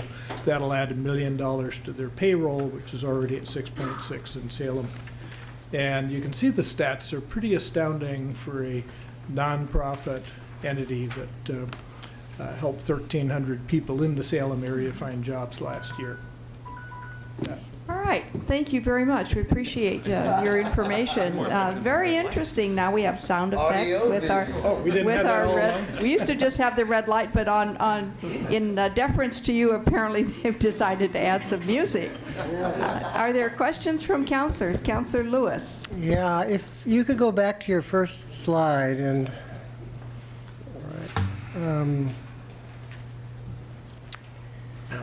That was the first. Yeah, and I hate to do this, but I was approached by, I think he's a representative of ODOT as I was coming in this evening, and he mentioned that it's his understanding is one of the bridge plans, Edgewater, could possibly be at some point 4 lanes. Is there room for 4 lanes on Edgewater under this plan? There, I believe, are currently 3 lanes, and we're dedicating an additional 7 feet as requested by the city. If you got that additional 7 feet on the opposite side, I believe that would create space for 4 lanes. Okay. That's an opinion, though. Maybe somebody from transportation can answer that more directly.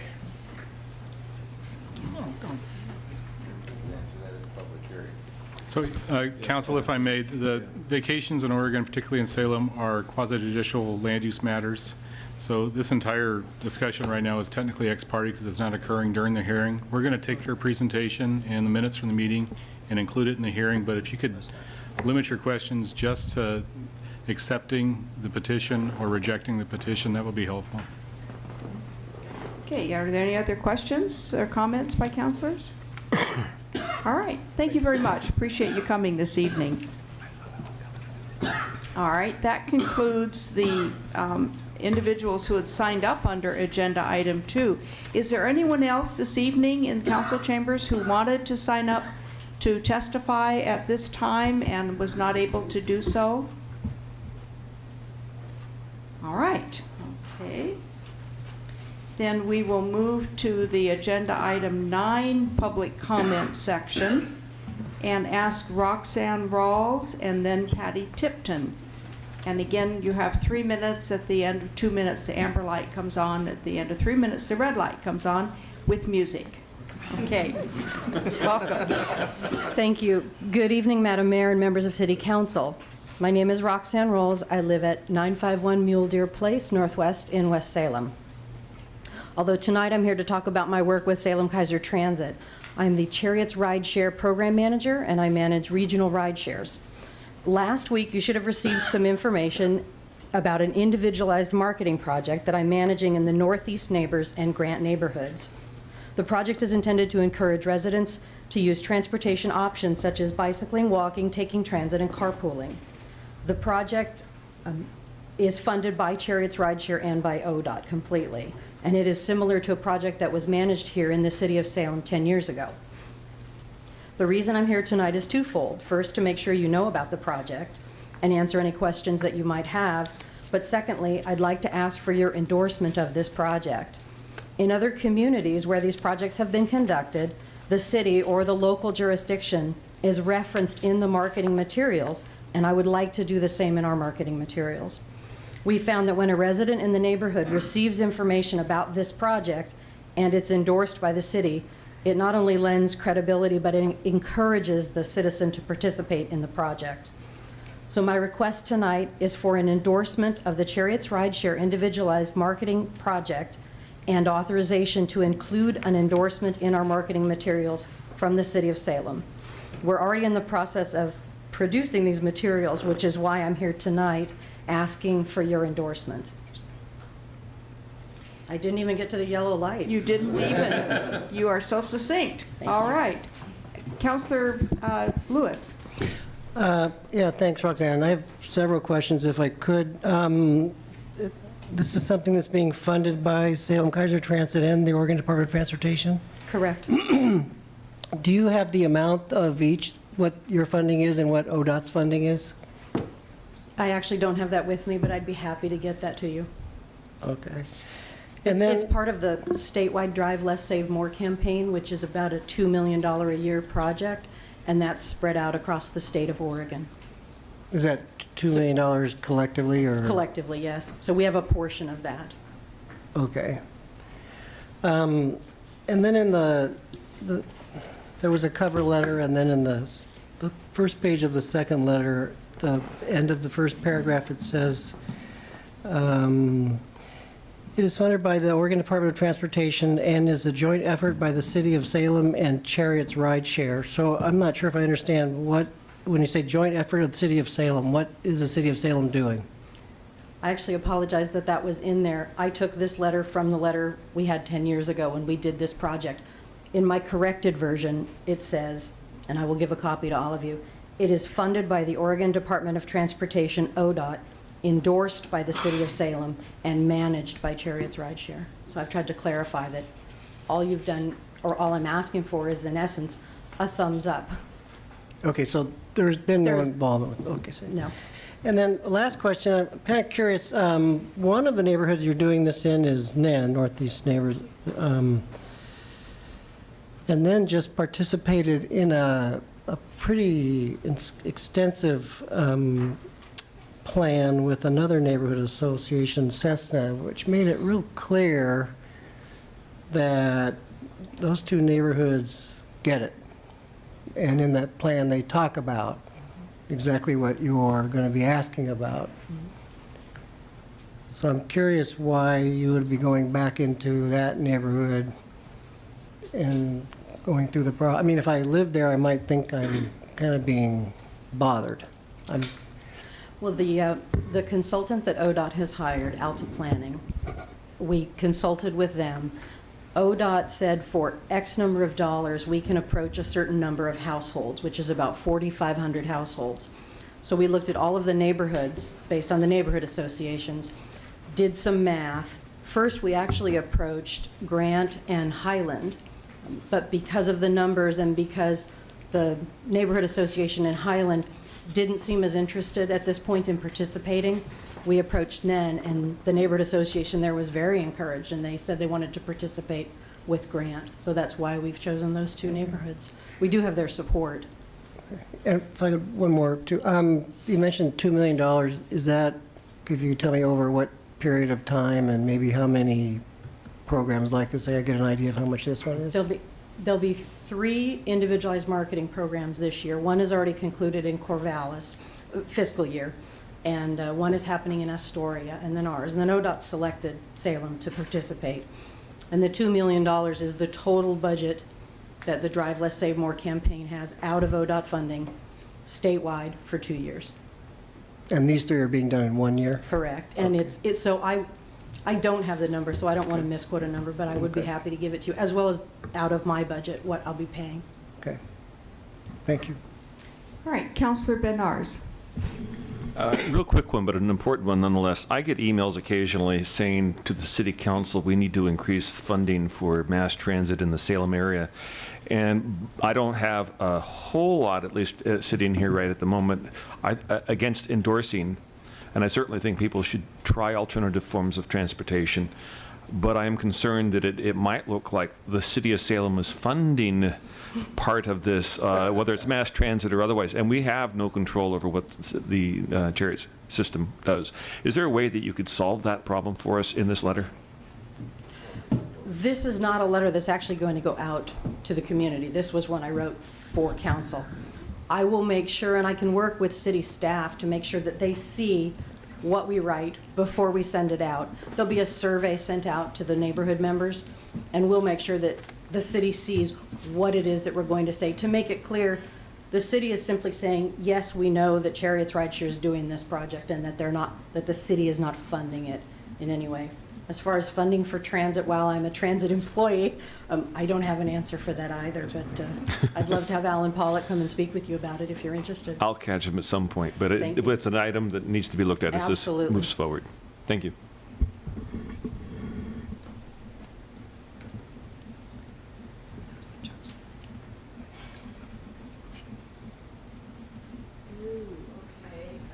All right. Are there any other questions or comments at this point for Ms. Rawls? Oh, okay. All right. Thank you very much. Thank you. I think we need just a second to speak with Councilor Bennett. Just excuse us for a moment here.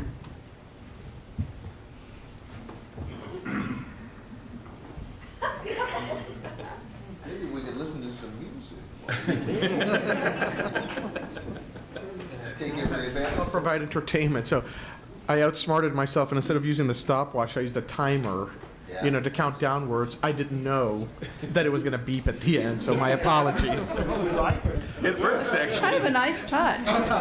It's good. Mayor, if you direct it, I'll be happy We to. want to be a, friendly city here, so it's fine. All right. I think Councilor Bennett is going to have a motion. Yes, Madam Mayor, thank you. I move that council suspend council rules and endorse the Chariots Rideshare Individualized Marketing Program as part of the Oregon Department of Transportation Drive Less, Save More. Second. All right, it's been moved by Councilor Bennett and seconded by Councilor Anderson. Is there discussion to the motion? Councilor Dickey? Thank you, Mayor. I will be recusing myself on this vote. Oh, thank you. All right, Councilor Bennett. Thank you, Madam Mayor. I do want to thank the Salem Transit System for doing the Chariots Rideshare program in the Nen and Grant neighborhoods. It is being really positively received. I think we're all looking forward to how this progresses. I think it'll be a model for other neighborhoods. Hopefully they'll come back to Salem in the future. And so I'd ask you to support this. Thank you. Councilor Anderson. Thank you. As the former board member and president of the Lane Transit District, I'm completely in support of this idea. I think it's terrific, and I would hope that they might come back to my neighborhoods again in the future. We are also close-in neighborhoods in Ward 2, and I think that that's a very good thing, and I appreciate what the Salem-Kaiser Transit District is doing. Thank you. Councillor Lewis. Yeah, I'm going to hope this is taken the way it's meant, but I'm going to vote against this motion. I've reached a point where I have to follow my own advice, and I'll use the example I've talked about a lot of times. When you walk out of the subways in New York, on the steps it says, "If you see something, say something." And I have stayed quiet as long as I can. I'm going to put it this way. The budget for ODOT in 2011, 2013 was $4.5 billion. $0.5 billion is being spent on the ground between the curbs. $4 billion is being spent on other things, like studies like this. And I think that it shows we are out of balance. This transit district is crying for money to bring back Saturday service, but yet it's willing to spend hundreds of thousands of dollars on studies. The Oregon Department of Transportation is willing to spend millions of dollars on asking people who get it and understand how important transit is. They've proven that in their neighborhood plan. But yet they're going to go and spend hundreds of thousands of dollars to ask the questions of the same people. We are out of balance. If we don't say something, nothing will ever happen. And so I've reached a point where I just can't. $4.5 billion in the Oregon Department of Transportation, 0.5 spent on the ground between the curbs. We're out of balance. Other comments or questions by councilors? All right. Call for the question. All those in favor of the motion, please signify by saying aye. Aye. Aye. Opposed, say nay.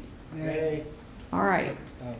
With This was a motion to suspend the rules, which takes a 2/3 majority. So you combined both motions, which I'm okay with, but however, you need a 2/3 vote. Since Councilor Dickey abstained, so you only got 5 votes, so the motion would fail. It would if she hits the gavel. I would just stop for a moment here. And what I would ask you to do, I certainly understand that 2 of you want to vote no on the substance of it. I'd ask you to give us the courtesy of a yes vote on the suspension of the rules, and I'll separate those motions. I move that council suspend the rules. Allow me to make a motion on this issue. Second. All right, it's been moved and seconded to suspend the rules. Councilor Bennett, do you have any comment on your motion? I already did. All right, then we'll go ahead and vote on that motion. All those in favor of the motion to suspend the rules, please signify by saying aye. Aye. Opposed, say nay. Motion carries unanimously. Thank you. Madam Mayor? I move the council endorse the Chariots Rideshare Individualized Marketing Program as part of the Oregon Department of Transportation Drive Less, Save More campaign. All right, it's been moved by Councilor Bennett. Is there a second?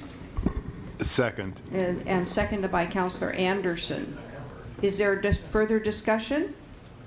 Yes, Councilor Benjamin.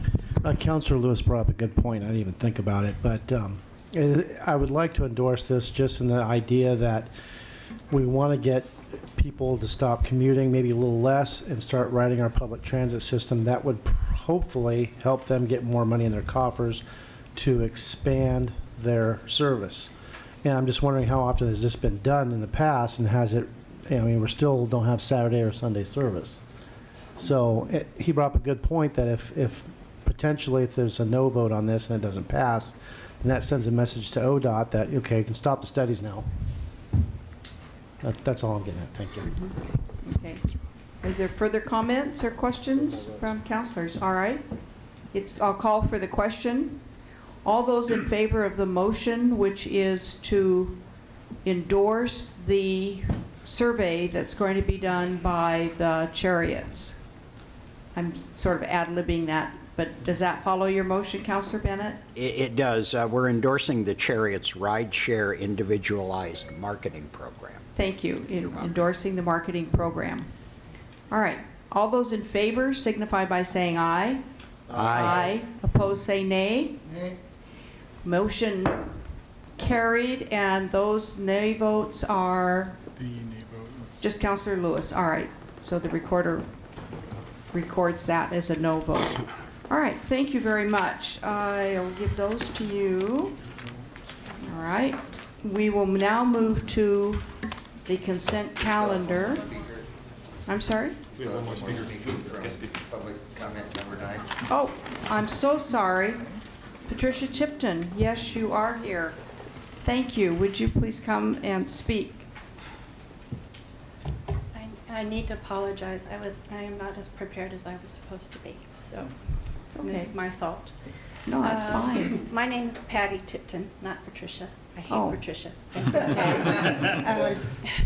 Anyway, my name is Patty Tipton, and some of you know me from many years. I am the chair for Lansing Neighborhood, and we had approved, and we were supposed to send a letter to you regarding graffiti in our neighborhood.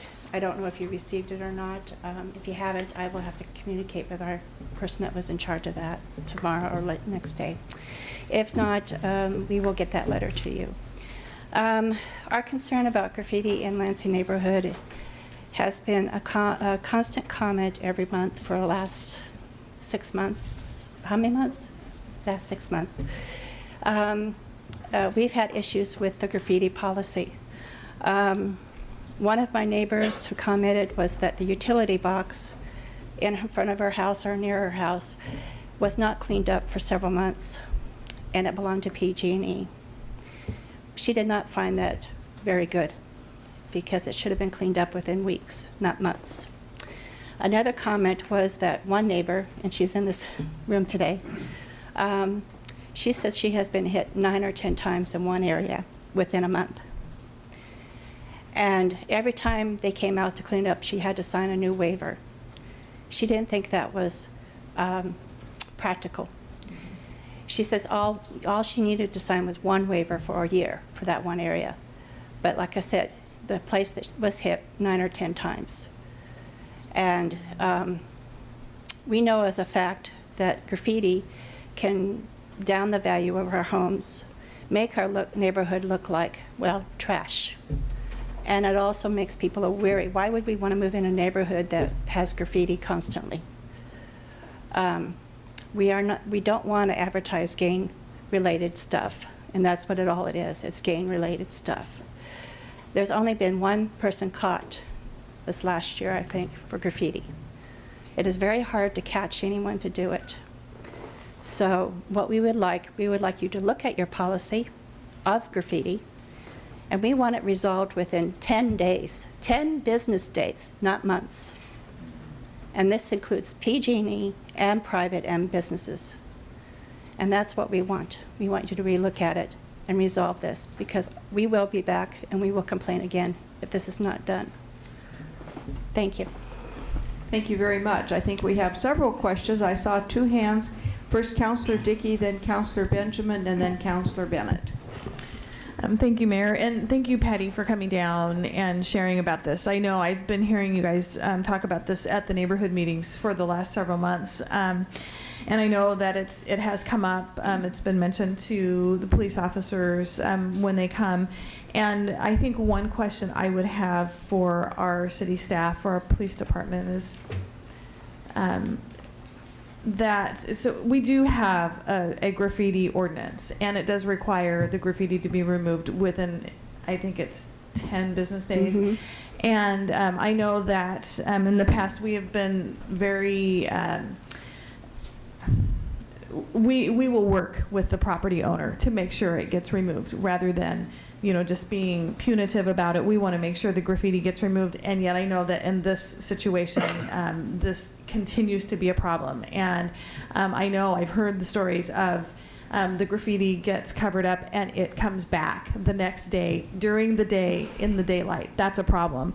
So I would like to see what we might be able to do within the boundaries of our graffiti ordinance, and if we need to maybe step it up a little bit to take a little more enforcement action, or if there are other means that we can take to see what we can do to resolve this issue, because I know it's been a constant thing. It hasn't been just a seasonal thing. Graffiti sometimes is a seasonal thing, and we just see it certain times of year when the weather's nice. This has gone on all winter long, when graffiti actually tends to be a little bit lower in incidences. This particular area has not been. So I would like to see what options that we might have to help the neighborhood deal with this. Thank you. Councilor Benjamin? Thank you. Thank you so much for coming down. In the NOLA, a few months ago, we got hit really bad with the graffiti. And so as a neighborhood association, we went out and talked with the neighbors, volunteered for us to help and paint over it, and also gave out the graffiti abatement hotline. And she's kind of overworked anyway, and I understand totally. But we've noticed a dramatic decrease in the... So they probably came over to your neighborhood. I'm sorry. It's Lansing. Yeah, so, well, I was over NOLA, so. And so we were able to kind of combat it in that way, and you're right, it should be done right away. In regards to the utility boxes for PG&E, I don't really see a good excuse on why, if you call the graffiti abatement, she comes out and takes a look. She can't do anything on it, I don't think, because it's a utility or private property. But they need to be notified, and you're right, that it should be able to do it within days, I think, not 10. I think it should be done in like 1 or 2. It doesn't take much for them to come out there and rattle can that thing green again. But in regards to the 9 times that you were hit in a month, yeah, I feel for you. They have to have something signed every time they come out and do it. It would be nice if you could do a 1-year kind of thing, but then if the graffiti stops, that gives us 1 year to still do stuff to your property, because you said it was okay. So if we decide to change the color or something, you didn't like the color, I know it's semantics, but I've been focusing in the Parks Department and working with them and setting up game cameras or whatnot, and see if there's a way that they can digitally stream it to and get it filmed so they can start catching more of this graffiti. And maybe I need to talk to some folks and see if we can expand it to the public sector, some way to be able to have graffiti abatement place these game cameras out on. I mean, 9 times in a month, you're going to catch them real quick. So, I mean, I hope that helps you a little bit. Councilor Bennett. Thank you, Patty, for coming down. We've had this problem in each of the neighborhoods that I represent, in Northeast Neighbors, Grant, Highland, and it has been moving around town for the past, I think, year and a half. I've corresponded. I really feel the frustration on this one. I've corresponded with the police department innumerable times, and with the city manager's office, trying to get this clarified as to why our graffiti policy changed dramatically about 1.5 years, 2 years ago, where we used to come in and paint right behind a graffiti vandal. That stopped, and there became a highly legalistic system in place that demands waivers and a whole bunch of rigmarole that property owners already victimized by these people don't want to put up with. And I think, Patty, I just appreciate it so much, because this has been around our household, as you might, it's a big deal. My wife is, I'm sure she's sitting at home right now, just real pleased that this has come up, because it is a big deal around our household. We cannot figure out, I have been unable to decipher emails from anyone at the city that has successfully explained to me why this can't be fixed. And if it's our legal department, fix our law. If it's our police department, put somebody in charge that is sensitive to the needs of these citizens. This has been a really frustrating problem in these older neighborhoods. And I'm just glad you brought it up. It gave me a chance to talk about it. Well, like I said, like Diane said, we've had a lot of comments the last few months. But when, can I say her name? Claudine, I want to get your permission before I say anything. Claudine calls me on a regular basis, Patty, I got hit again. Then she called me a few days later and said, Patty, I got hit again. After the third or fourth phone call, you can tell it in her voice that she is so frustrated and so angry. She's about ready to put cameras up, but it's not on her property. It's 2 fences on her street, that are hitting it. And her house way in the back, it's a dead-end street. When you hear the frustration from people, and they don't feel like the city is doing enough to help them, then it boils down to me, and I'm coming down here to talk to you about it. So that's all I'm asking. Please relook at that, how it's written, and also to ensure that PG&E or any other utility does take care of it within days, not months. That is not right. And this is our neighborhood. We care about it. We want to see our value of our homes go up, not down.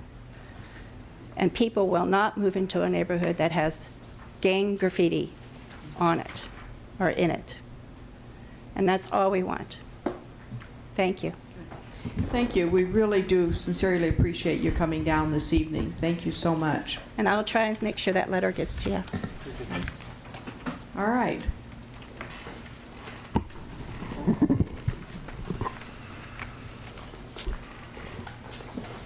We will now turn to the consent calendar. I believe that Councillor Nanke will have a motion for us. I think I have one of the best motions of the night available. I would hope. I would move the consent calendar with the following items.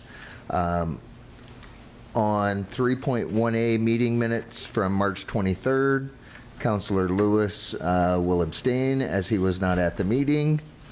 On 3.3B, in regards to the legislative priority bills, Councilor Lewis would like to register an opposition to staff and council subcommittee position on House Bill 2141, which removes some caps from property taxes. It would be sent to the voters. Also, I would like to register an opposition to the position on House Bill 2989, which would require, or not require, persons 18 years and older to wear motorcycle helmets if they have liability insurance. It provides personal injury protection benefits. And then Councilor Anderson would like to register a vote in opposition of the stated position on House Bill 2001. And that came in at the last minute, so I don't have a really good definition of said. And then similar with Councilor Bennett on that opposition. And no polls. Oh, all right. That's it? All right. Yes. For clarification, what is House Bill 2001 concerning? Why don't we just go ahead and we'll do the motion and then we'll go to discussion. It's been moved to... Yeah, we can bring that up in discussion because then I want to go through the rest of this as well. It's been moved by Councilor Nanke and seconded by Councilor Benars. Now we'll have discussion.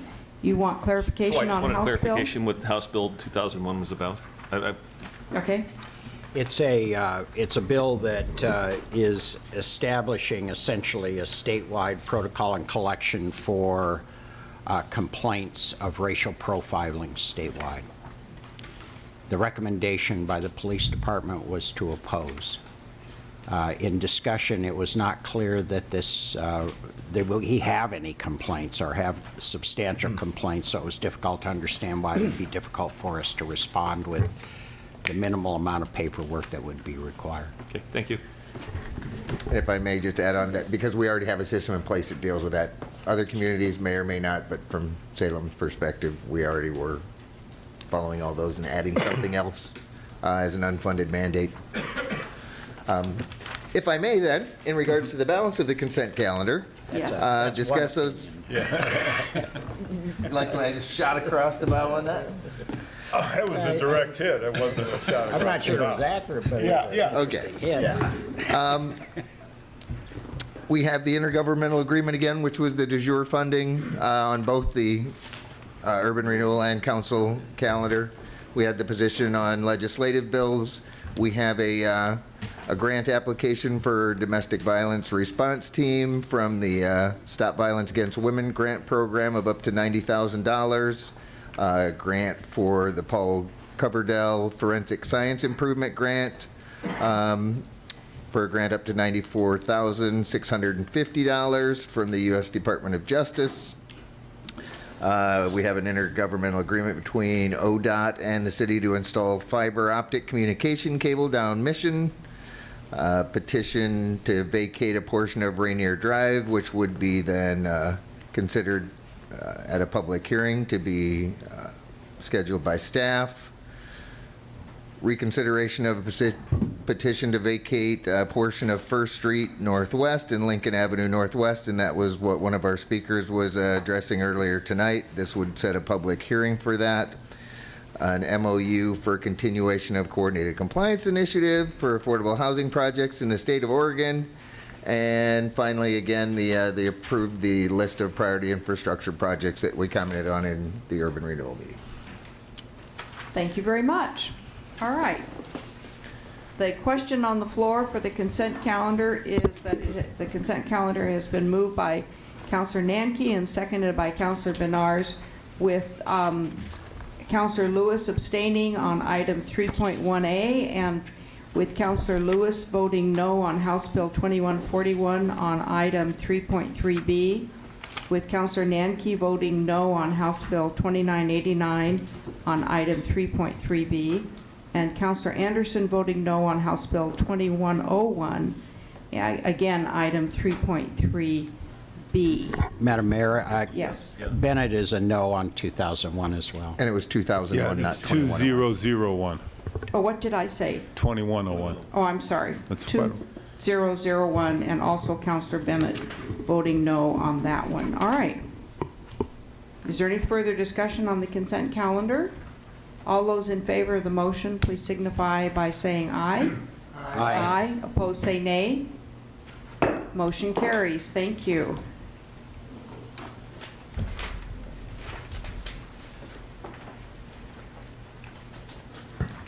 All right, we're now having a public hearing, and we would ask for staff. I believe Glenn Davis is going to make a staff report, and we'll ask for the recorder to please introduce the first public hearing, item 4A. The City Council will now hold a public hearing for the purpose of hearing public testimony regarding the formation of the Sunnyside Ridge Reimbursement District. The criteria applicable to the application are set forth in Salem Revised Code 200.315B. The hearing will be conducted with the staff presentation first, followed by the applicant, neighborhood association, and other interested persons, questions of staff, and applicant's rebuttal. Thank you. Welcome. Good evening, Madam Mayor and Councilors. My name is Glenn Davis, and I'm the Chief Development Engineer in the Public Works Department. We have two public hearings tonight related to reimbursement districts. So before I discuss the details of our first hearing for the Sunnyside Ridge Reimbursement District, I would like to provide a brief introduction of reimbursement districts in general. The purpose of reimbursement districts is to provide fair cost sharing in an area that lacks critical infrastructure. When a development is proposed in one of these areas, then the first developer in that area has to pay the upfront costs for making public improvements. Once those initial improvements are completed, future developers can come along as latecomers who benefit from the improvements built by others. With reimbursement districts, these latecomers pay their share, but not until they develop, because that's when they take advantage of the benefit. The reimbursement district process then provides a mechanism for everyone to pay their fair share, both the initial developer who builds the improvements and the future latecomers who benefit from them. Next, I would like to define a few key terms that are common to every reimbursement district. First, it relates to eligibility of funding from Systems Development Charges, or SDCs. Systems Development Charges are the funding mechanism for system-wide infrastructure that serves a large area. So SDCs pay for area-wide systems like major streets, reservoirs, pump stations, large main pipes, and parks. SDCs do not pay for smaller improvements like local streets and smaller sewer and water mains. Often these area-wide systems are funded only partially from SDCs because the larger system also provides a local benefit to an abutting property. So to illustrate the SDC eligibility for piped systems, I've included on the screen a cross-section view of a trunk main pipe, like you're looking into the pipe from the end. Now in yellow, I've added an 8-inch pipe for comparison, as if that smaller pipe rests inside of the larger pipe. That is the portion of the pipe that provides the local benefit. So now I've changed the callouts on the diagram. The portion of the pipe in orange is SDC eligible. The portion of the pipe in yellow is not SDC eligible. This is slightly overly simplistic, but it should explain the basic concept of this partial SDC eligibility. Next, I will explain the term developer's share. In the purpose statements mentioned above, you see that everyone pays their fair share. To maintain that sense of fairness, not all of the developer's expenses are reimbursable through district formation process because the developer has a fair share that they are responsible for contributing to the overall costs. In calculating reimbursable costs, there is a developer's share that's subtracted from each project. Next, every reimbursement district establishes a district boundary. Properties are located within this boundary because they all receive benefit from the improvements that were constructed by the developer, and they will all be required to pay the reimbursement district fee. These properties are not subject to a lien or an assessment recorded against the property. They're simply required to pay a district fee that is collected at the time the property develops. No fees are due until the time of development or until a property owner chooses to connect to the system. I will also point out that each of the property owners within the district received notice at least 10 days prior to the public hearing and have the opportunity to speak. The last element of my introduction is an overview of the reimbursement district process. So here's a simple diagram showing the basic steps in formation of a reimbursement district. The process starts with a proposed development project. Process of land use approvals identifies that there is some infrastructure required to serve the development. The developer constructs the required improvements as part of the overall project. To qualify for formation of a reimbursement district, the improvements must provide a benefit to neighboring properties. Next, the district is formed, and we are at this step of the process now. And district formation is what we are recommending for approval this evening. Once the district is established, then properties within the district pay the reimbursement district fee as they develop, and the original developer is reimbursed up to the total amount of eligible costs. So with that as background, now I'll begin the staff presentation for the first of 2 public hearings related to reimbursement district formation. On the screen is a vicinity map that shows the 2 locations. I-5 is highlighted in yellow. Highlighted in blue is Kugler Boulevard, east to west, and Sunnyside Road from north to south. So our first reimbursement district is called Sunnyside Ridge. And on the screen is a vicinity map of Sunnyside Ridge subdivision near the corner of Sunnyside Road and Reese Hill Road. I've labeled Creekside Golf Course here for reference to the north. When the Sunnyside Ridge subdivision was originally constructed, this region was lacking water at the appropriate pressure level, so the developer had to construct a rather lengthy water main as a condition of development. So this water main is shown in blue on the screen.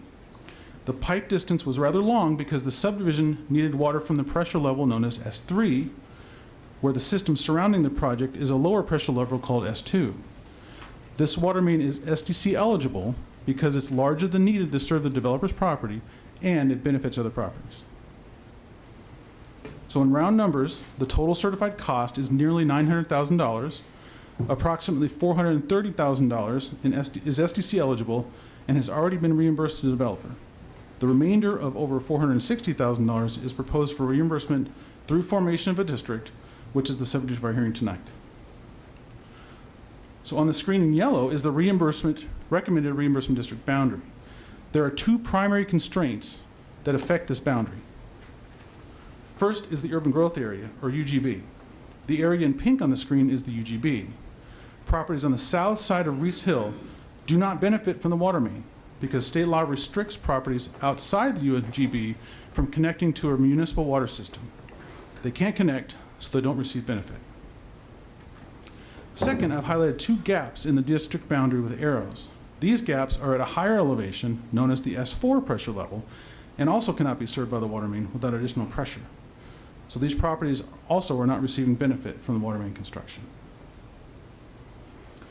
Next, I'll move on to the district methodology and start with a basic overview. First, properties within the reimbursement district for Sunnyside Ridge are all shown as residential in the comprehensive plan. Therefore, they will pay the district fee on a per lot basis. The elements of this kind of methodology includes establishment of the total cost to be reimbursed. And we've already discussed the total cost, which is around $465,000. The developer's share is then subtracted from the total cost.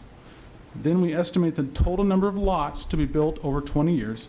And we choose 20 years because that's the maximum length of time that the district can be in existence. Lastly, we divide the reimbursable cost by the estimated number of future lots to be built out.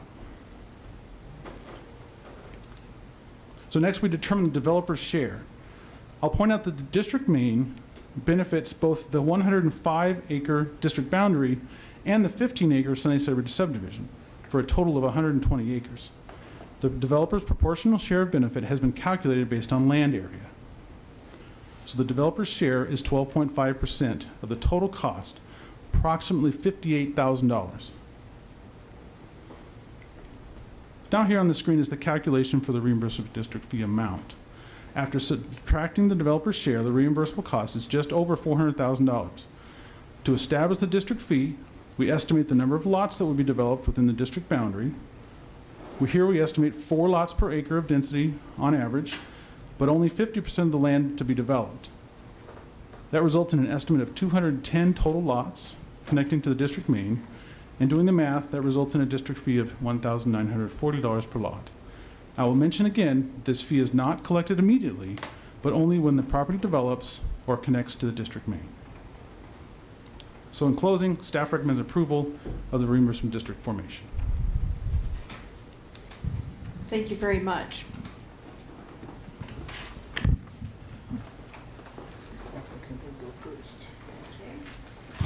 All right, we'll now open the public hearing for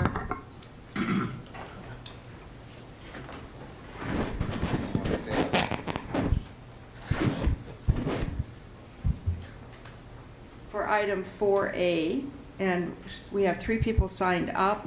The applicant, I believe, is Chris Hernandez. Is that correct? I would like the applicant to go first, Mark Granz or Christy Elkins Jackman. Who is the applicant? Okay, Mr. Granz? Good evening, Good Madam evening. Mayor, members Welcome. of council. My name is Mark Grenz, and I'm with Multi-Tech Engineering. Our office is here in Salem, and we represent the developer and have been working with staff in getting to this point. So our purpose here tonight is to let you know that we would ask that we're supporting staff in this and ask that the council establish the reimbursement district so that hopefully with development that will occur over the next course of years that our client will receive a fair amount of this pay back. I'd be happy to answer any questions if you have those of me. Are there any questions from counselors? All right. Thank you very much. Thank you very much. Okay, Chris Hernandez, followed by Christy Elkins Jackman.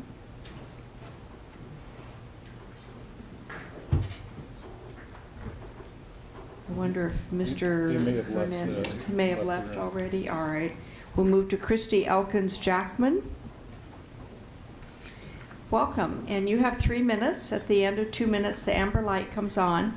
At the end of 3 minutes, the red light comes on. And if you'll state your name and your address or your ward number, please. Hi. Welcome. My name is Christy Elkins Jackman. My address is 441 Reese Hill Road Southeast. And try to speak up closer to the mic. I know it's hard, but yeah, good. Can you hear me now? That's it. Good. I'm here representing my parents and my brothers and myself who own 3 lots in question here. I'm here to voice my opposition to being included within the Sunnyside Ridge Reimbursement District. My brothers and I together, and our parents, own 20 acres off Reese Hill that are proposed to be included within the reimbursement district and would not benefit from any water line improvement. My parents purchased property off Reese Hill in 1970, back when it was a gravel road and before they removed the E from the end of Reese. Over the years, my parents have purchased adjoining properties in which they have livestock, poultry, bees, and actively farm wheat, oats, pasture, hay, and clover. And my brothers and I invested in the adjoining properties with the intention of continuing the farming tradition and have expanded the acreage in which we and our parents farm and graze the cattle. All three of our properties proposed to be included currently have, as they have for the past 4+ decades, the infrastructure to support the dwellings, outbuildings, and farming needs. There's absolutely no need for public improvement in order to facilitate the future development of our property within the district. We are unanimous with the intention to continue as is with the current use of the acreage. Farming is an important part of who we are. In fact, 2 of the 3 of us also purchased acreage on Reese Hill, very close to where we grew up, and are raising our families, teaching them the value of farming and raising our own cattle and poultry. The other brother farms as well, and he lives on an acreage 2 miles away. It is our intention to keep these properties actively farming for as long as we possibly can, involving our children and generations to come. Again, there's no benefit to our properties, and it would be an undue financial burden to include these properties in the reimbursement district. Thank you for your time. Thank you very much. I see there are some questions. Councillor Anderson, followed by Councillor Nanke, and then Councillor Benars. Thank you very much for coming down. We appreciate hearing from people who are affected by these kind of decisions. How do you get your water now? Wells, Okay. all exceptionally viable wells, and there is no need for any public. And what would happen if sometime in the future, you know, the wells went dry? What would happen to anyone who had a well go dry? Okay. Would you anticipate at that point you might want to hook up to the city water main? That's, But you don't think, yeah, that's in the future, or may not ever May happen. not ever Okay, happen. okay. and it would happen to a large number of people around us if our wells went dry. And so, if I could follow up with that, there are other people who live in the proposed district boundaries that also get their water from wells? All around us, all south of there, all to the west of there, are all wells. Thank you very much. Thank you. Councillor Nanke. Thank you, Madam Mayor. And just because you're inside of that district boundary doesn't mean you're going to pay anything. If you don't develop, you don't pay any money. If you chose to develop those lots, and you may be part of the 50% that staff is estimating won't actually be developing any other property. So if you don't develop, you don't Well, this is have to something pay I anything. apologize. My Yeah. father was going to be here and was sick, and so I at the last moment, and I have no idea what's going on. So And I'll, I want to wing it a prayer. and I'll clarify that with staff during questions of staff as well. Now, I do have a question about that. Is it, if it is developed or annexed into the city only, or is it if I do anything, if I have an agricultural structure that I put on the property, does that prompt the time in which we would be financially responsible? I think, Councillor, I think we're going to let Public Works Director Peter Fernandez comment. Thank you, Mayor. And we really want to be absolutely clear. This fee only is collected if you connect to that water line. So it doesn't matter what you build out there. If you don't connect to the water line, you never pay the fee. Okay. So if as Councilor Anderson was asking, if your well were to run dry and you needed to connect to that water line and you only had one lot, then you would be, then to connect to that water line, you would pay the one lot fee, the $1,900. If you never have to connect to that line, if you and your heirs never develop the property, no fee will ever be due. I'm sorry, one question for him. Yeah. So one lot, it was estimated that there were 4 lots per acre, and if the acreage is, say, the 16.6 acre lot, it would have one $1,940. If you don't subdivide the property, you are one lot. So it really, this whole fee is really intended for reimbursement by development of the properties. So if there's no development of the properties, or if you never have any need of that water as you do your farming, you would never pay the fee. Or if 20 years has passed. Or if 20 years have passed. Thank you, Councilor Anderson. Thank you, Councilor Anderson. And that's Right. the intention. Right, yeah. Thank you, Mayor. Yes, thanks, everybody. Counselor Nanki, did you have a? No, that was it. That was it? All right. Counselor Benars. Actually, my question was answered. You got right to the point. All right, okay. Are there any further questions by counselors? All right, thank you. Oh, wait a moment, Counselor Benjamin. Did you understand what they said? Yes. Okay, okay. I was just checking, because when you came up and you mentioned that, I was like, yeah, if this is going to cost you guys more money, and you're wanting to do a farm, you get the bees, you get this, you get that, that's awesome. I'll bring my kids, they can Oh, watch you it. have no idea what we have. Yeah? I mean, Yeah, okay, I it's don't wanna know. amazing. My dad has a greenhouse, and he has his bees, and he grows tomatoes and Awesome. cucumbers and lettuce and Right, well, supplies the whole and that's why I was family. kind of concerned at first, is like, well, I hate to see that. Although in the future, we don't know what the future holds. Right. Typically, people that have land like this at this point, because you're so close, you're within the city limits and whatnot, and then It's get, out of city within urban growth. right, that's what I'm saying. At some point, you never know when it might get annexed 30 years from now. The kids take it, and they're working the farm, and pretty soon they're like, I'm going to go into high tech. And then they get this property, and they're like, I want to do something with it. I want to realize investment. Mom and dad's gone, and they may want to That'll develop be it. more than 20 years. Yeah, right, yeah. Well, this is more of this is a way future kind of thing. Yeah. And I just wanted you to understand that, there's, I don't know if your dad knew that, but they're not coming after their money. Oh, no, I have a whole list of questions that I were know. answered Okay, during the thank you. presentation, so Okay, thank you very I- much. Are there any other questions from counselors? Thank you. Thank you so much Thank you for very coming. much. We really appreciate having people from the community come down to council. It's refreshing. It's wonderful. Thank you. Thank you very much. All right. So Questions to staff? we do have questions of staff. I believe several counselors had some questions. Counselor Counselor Benars. So run me through this issue of lots again. So right now, I see up there a dozen lots basically within the yellow boundaries that you've drawn, roughly. And if a person comes in and they have a farm on one of those, and they do decide they just pay their $1,900, the moment that that lot, any one of those large acreage areas, are subdivided into smaller individual lots, each one of those individual lots is going to pay the $1,900 Yes. as developed. And who pays? I mean, that $1,900, it's a pittance, but somebody paid $1,900 in the first place. I guess somebody's got to get a credit for that. The example of this is actually the very lower southeast end is a proposed subdivision that is proposing 137 lots and in multiple phases, but that fee is paid per lot at subdivision plat. So at final plat, they count the number of lots and pay that fee and pay at the time of subdivision plat. You said it at plotting as opposed to connection. At subdivision plat. Okay. At plat time. That is the way the code is written. It was written that way at the request of the development community, actually. Okay, you've answered the question. Thanks. Further questions of staff? Counselor Nanki? Councilor Benjamin had his hand up before. I have. Oh, all You right want to, then. Counselor Benjamin, did you have a question? Thank you. That rectangular piece on the upper top there, you mentioned that was going to require more pressure, like something 4. Yes? And right now, that blue line's proposed as 3, or is 3. Yes. So if anybody does any development in that area, they're going to have to put in bigger pipe, or?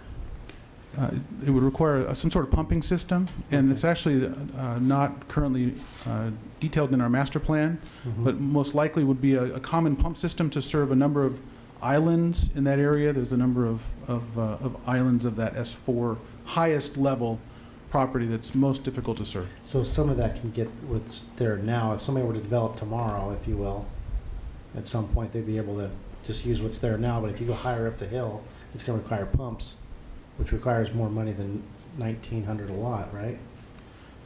the pump system would actually be a common public system, and it actually would not connect to this pipe. It would actually connect to closer to Champion Hill Reservoir, which is all the way to the west, and then it would be served off of that whole new system. So this system would really not be used for any sort of development in those S4 areas. Okay, thank you. So, Councilor, conceivably, if I may, those areas that are higher, in the S4 pressure zone, if somebody wanted to develop, you could conceivably see somebody come in, construct a pump station that would serve all of that S4 area, and we could be back here with a reimbursement district so that all of the S4 area in this area that would be served by that pump station would pay the reimbursement. That's what I was concerned about. It's unlikely, but that's theoretically what we'd see. Councillor Nanke and then Councillor Bernards. Thank you, Madam Mayor. In regards to lots, I think 210 is what you envisioned over the next 20 years, at about 50%. That's based on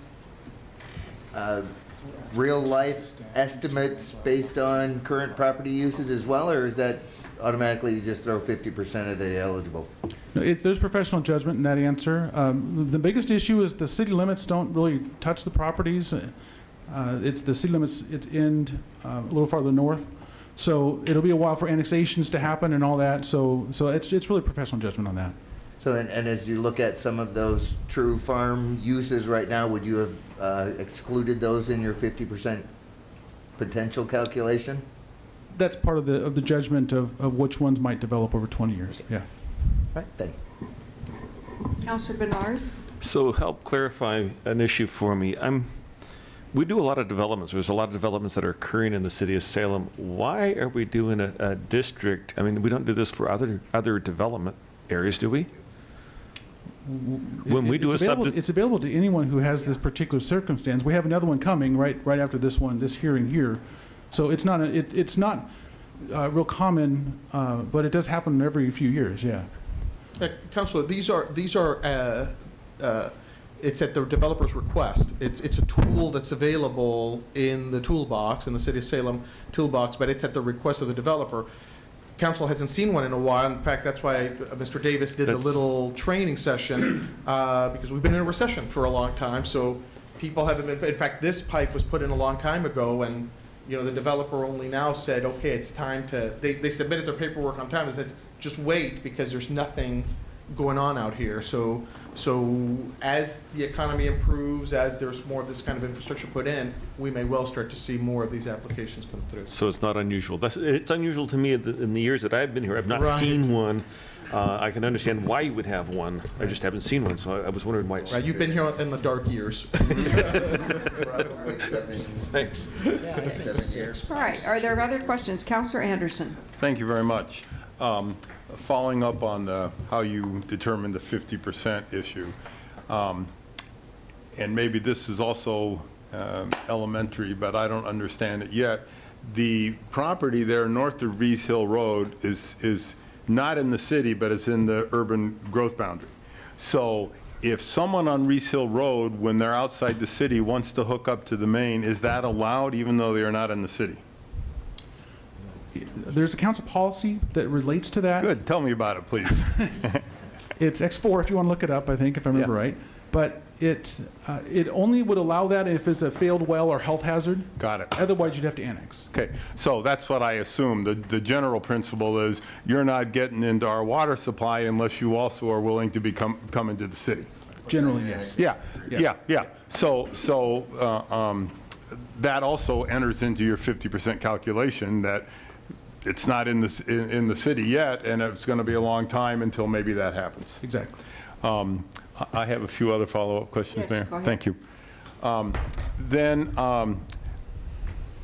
the 20 years, and I've read a bunch of this stuff, and I thought I read someplace where that 20 years could be extended, or can it not be extended? 20 years is it for the development. My recollection is 20 years is it. Well, that's good. I hope it is, and maybe I misread. And I also want to thank Director Fernandez for giving me like 101 on this stuff this afternoon, too. So he answered many of my questions, but I've got a few other. how is the developer's share determined? In your first little tutorial for us, you indicated that the developer's share is determined. How do you determine that? It really depends on their benefit, and Okay. so, and each one has been a little bit different, and you'll see that in the next hearing. And is it related to the little water pipe inside of the big water pipe that you told us? And how much more is the water main, how bigger does the water main have to be to service what the developer wants to do? In this particular case, Yeah. it was really area-based, and Okay. as you saw in there, that it's a 120-acre area benefited. Okay. And Okay, so you just did the percentage of the acreage? That's per acre. The other ones are different. Yes, I can see that. I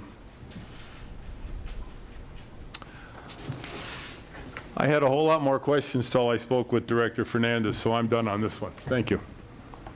All right, are there any further questions for staff? All right, thank you very much.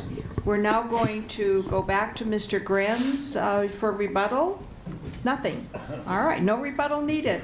All right, then we will entertain a motion. We'll close the public hearing and entertain a motion. I believe Councilor Nanki has one. Yes, in Councilor McCoy's absence, I will make said motion, and I would move that we adopt resolution number 2015-16, approving the formation of Sunnyside Ridge Reimbursement District to collect funds for reimbursement of public infrastructure costs, as identified in the staff recommendation. Second. It's been moved by Councilor Nanki and seconded by Councilor Benars. All those in favor of the motion, please signify by saying aye. Aye. Opposed, say nay. Motion carries unanimously. Thank you very much. All right, our next public hearing is item 4B. Would the recorder please introduce that public hearing? The City Council will now hold a public hearing for the purpose of hearing public testimony regarding the formation of the Bonaventure Reimbursement District. The criteria applicable to the application are set forth in Salem Revised Code Section 200.315B. The hearing will be conducted with staff presentation first, followed by the applicant, neighborhood association, and other interested persons, questions of staff, and applicant's rebuttal. All right, welcome, Mr. Davis. Okay, good evening again. My name is Glenn Davis in the Public Works Department. So our second reimbursement district here is called Bonaventure.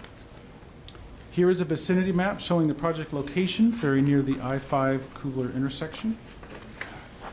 The Bonaventure development required a significant amount of public infrastructure to serve the project. There are 5 distinct projects identified in the staff report, as you can see on the screen. Because these 5 pieces of infrastructure are all quite different in cost and benefit, each will have a separate district boundary, methodology, and district fee amounts. Here's a graphical representation of those required improvements. The 24-inch sewer main is in orange, the 8-inch sewer main is in yellow, the 18-inch water is in blue, and the street improvements along Boone and Kubler are shown in black. So before I move on in discussing each individual piece of infrastructure, I'd like to point out that 3 of those 5 elements have a developer share that is not included in the reimbursable costs. As you can see on the screen, a portion of the 8-inch sewer line in yellow abuts the subject property, as does the 18-inch water line in blue and the Boone Road street improvements in the lower black line. The portion of the project that abuts the development property is generally how we determine the developer's share of those improvements. The Kubler improvements do not have a developer share component because they are 100% SDC eligible. I will start with the 24-inch sewer main. This main is larger than needed to serve the Bonaventure project, which means that it is partially SDC eligible. The boundary is limited to those properties receiving benefit from the non-SDC portion of the sewer main. The total reimbursable cost is shown on the screen. In round numbers, approximately $635,000 in total eligible costs.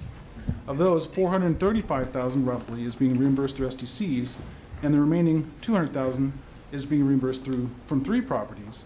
The tax lots and district fee amounts are shown on the screen for reference. There's no developer's share component because the developer's benefit is in the SDC eligible portion of the system.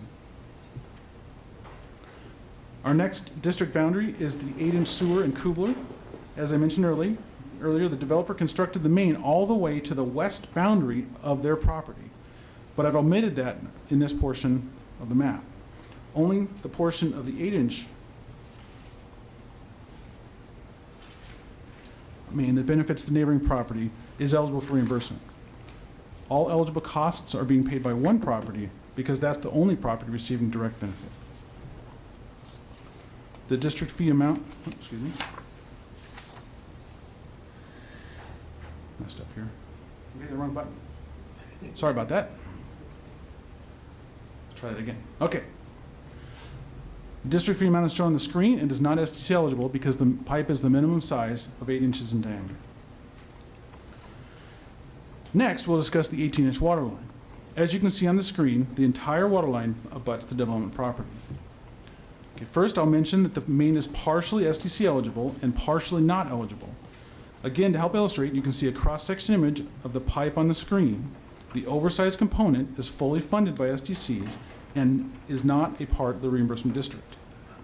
So on the screen, I've removed the SDC eligible portion of the pipe to illustrate that it's not part of the district. So now we establish the developer's share of the non-SDC component.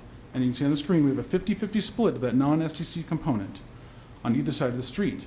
Therefore, half of the non-SDC eligible costs are being reimbursed through the district fee, and half is the developer's share. So here I've shown the water district boundary and the methodology on the screen. It so happens that only one property is benefited by that water main.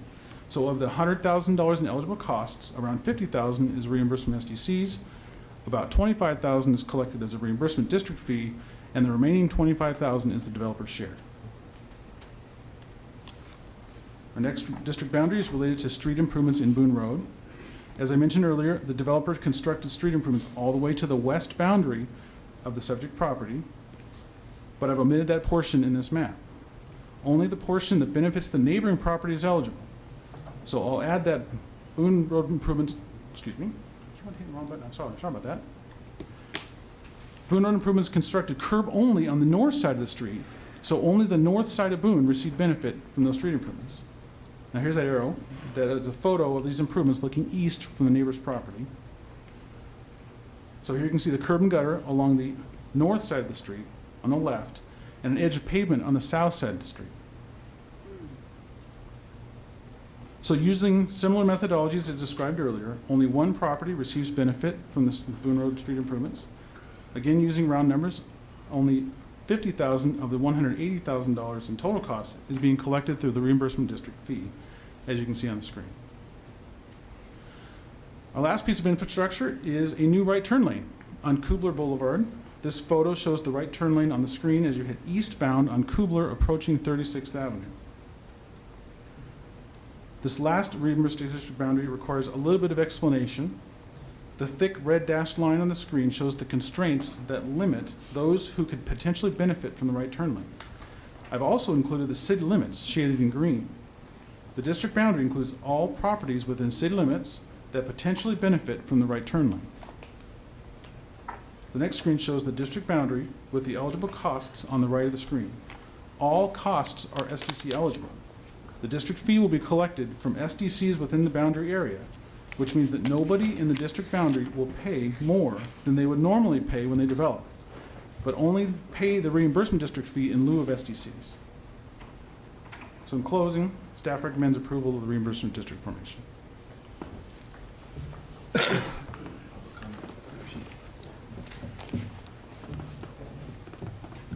All right, thank you very much.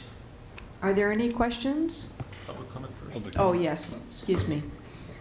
All right, we have one person signed up, Mark Grenz.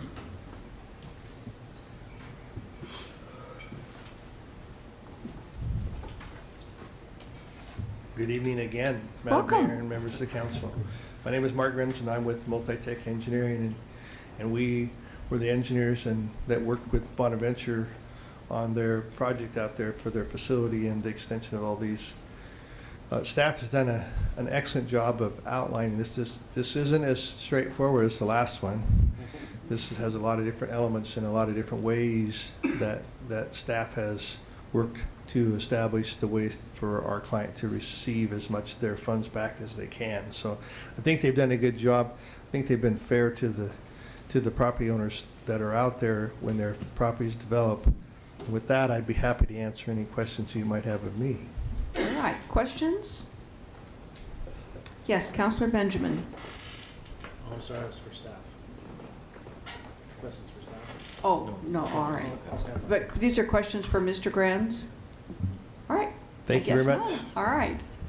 Thank you. All right, then we will go back to questions for staff. And Counselor Benjamin, then Counselor Bednarz, then Counselor Anderson. So, is most of this infrastructure already in place? It is all in place. Okay, it is all in place, okay.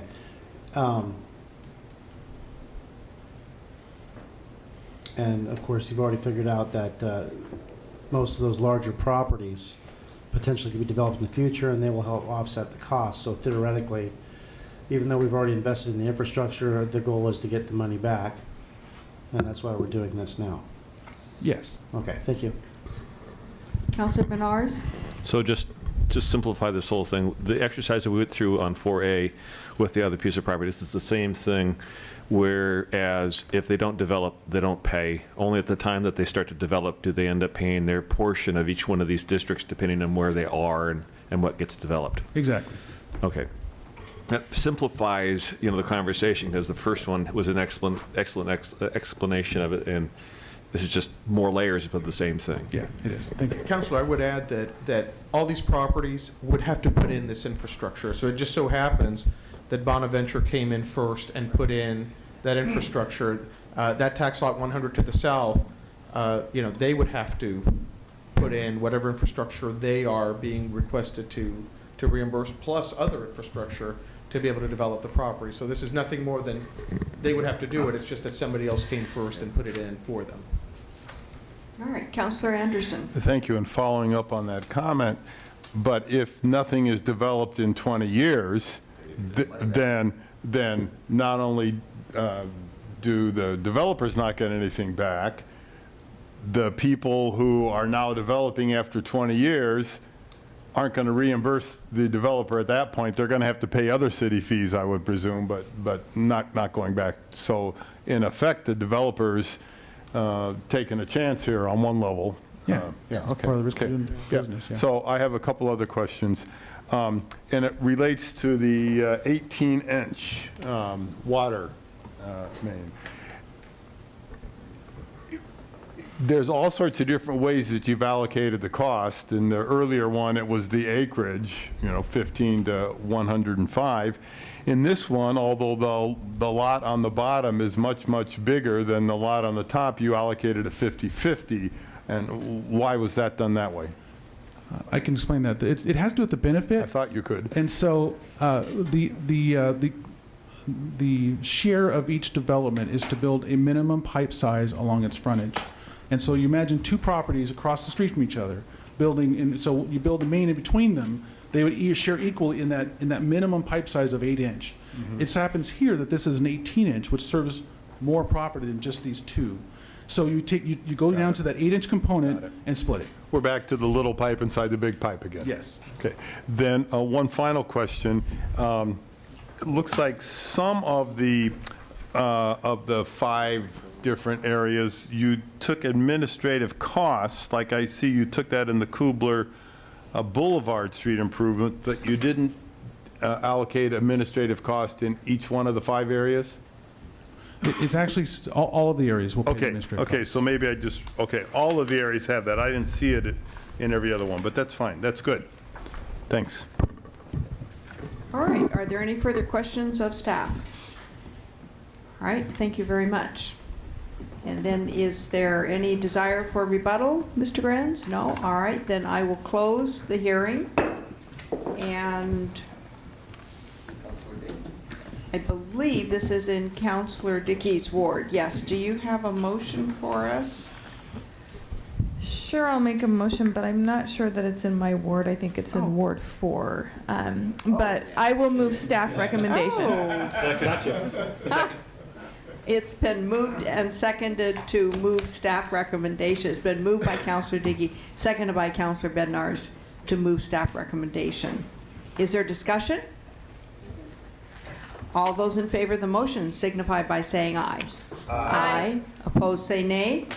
Motion carries unanimously. Thank you very That's much. what I get for looking at my piece of paper. I know that's not her award. It might have Well, it says on there it in is. there. It says it is. Yeah. All right. I draw your attention in your agenda to information reports. Are there any questions or comments regarding information reports? All right. And we have, I'm sorry, Councilor Bednarz? I just, one little comment. I had fun going through 7A, which is the purchase approved for this last month. The purchase is approved for this last month, the month of March. And I was enthralled by the amount of dollars that are being spent on different projects and how much projects actually cost. If you get down, this was the nitty-gritty that I kind of wanted to see when I started to run for office. So I welcome other councilors, if you haven't looked at it, look at it, and then ask questions of staff. Why does a bathroom cost $60,000? I don't know. But anyway, there's trucks and there's tools and there's equipment and software, and anyway, it's open for the public to also take a look at, so I recommend it. It's also a great indicator, I think, of economic development, because what the city is doing is really stimulating a lot of development, a lot of jobs by the projects that we're doing. Much of this is the result of Streets and Bridges bond measure. Some is the result of other public works efforts and other general things that the city does every day. So we're quite an economic engine just in and of ourselves. Yes, Mayor, thank Mr. you. Fernandez. Because Councilor Bernars has invited the council to take a close look at this, I just want to, just 30 seconds of training. There's a piece, there's very large numbers at the end of that report on pages 8, 9, 10, 11, 12, and those are separated out. Those are consultant of record contracts, so those are maximums for a number of years. So we haven't really, those aren't all expenditures, those are limitations. So we used to get a lot of questions about that. We redid the report to address that, but just a little training. It's only the front part that are actual expenditures, and that category 3, starting on page 8, are consultants of record. So those are just limitations and not actual contracts. If we engage one of those firms, then they'll show up at the front part of the report with an actual project. I see. Thank you. That's helpful. Thank you. Councilor Councilor Lewis. I did have a question on 7C, if I could. I think Director Glenn might be the one to ask. I'm just curious, and I've been noticing extensions in West Salem a lot, but this is the 4th extension for Eagles View Phase 5 and 6. Is there a limit on 2-year extensions? Yes, it's Glenn Gross, the Director of Community Development.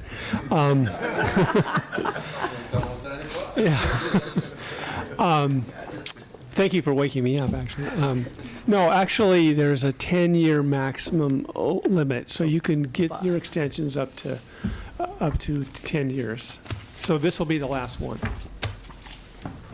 Okay, and after that, no. You have to go start over again. Okay, all right, thanks.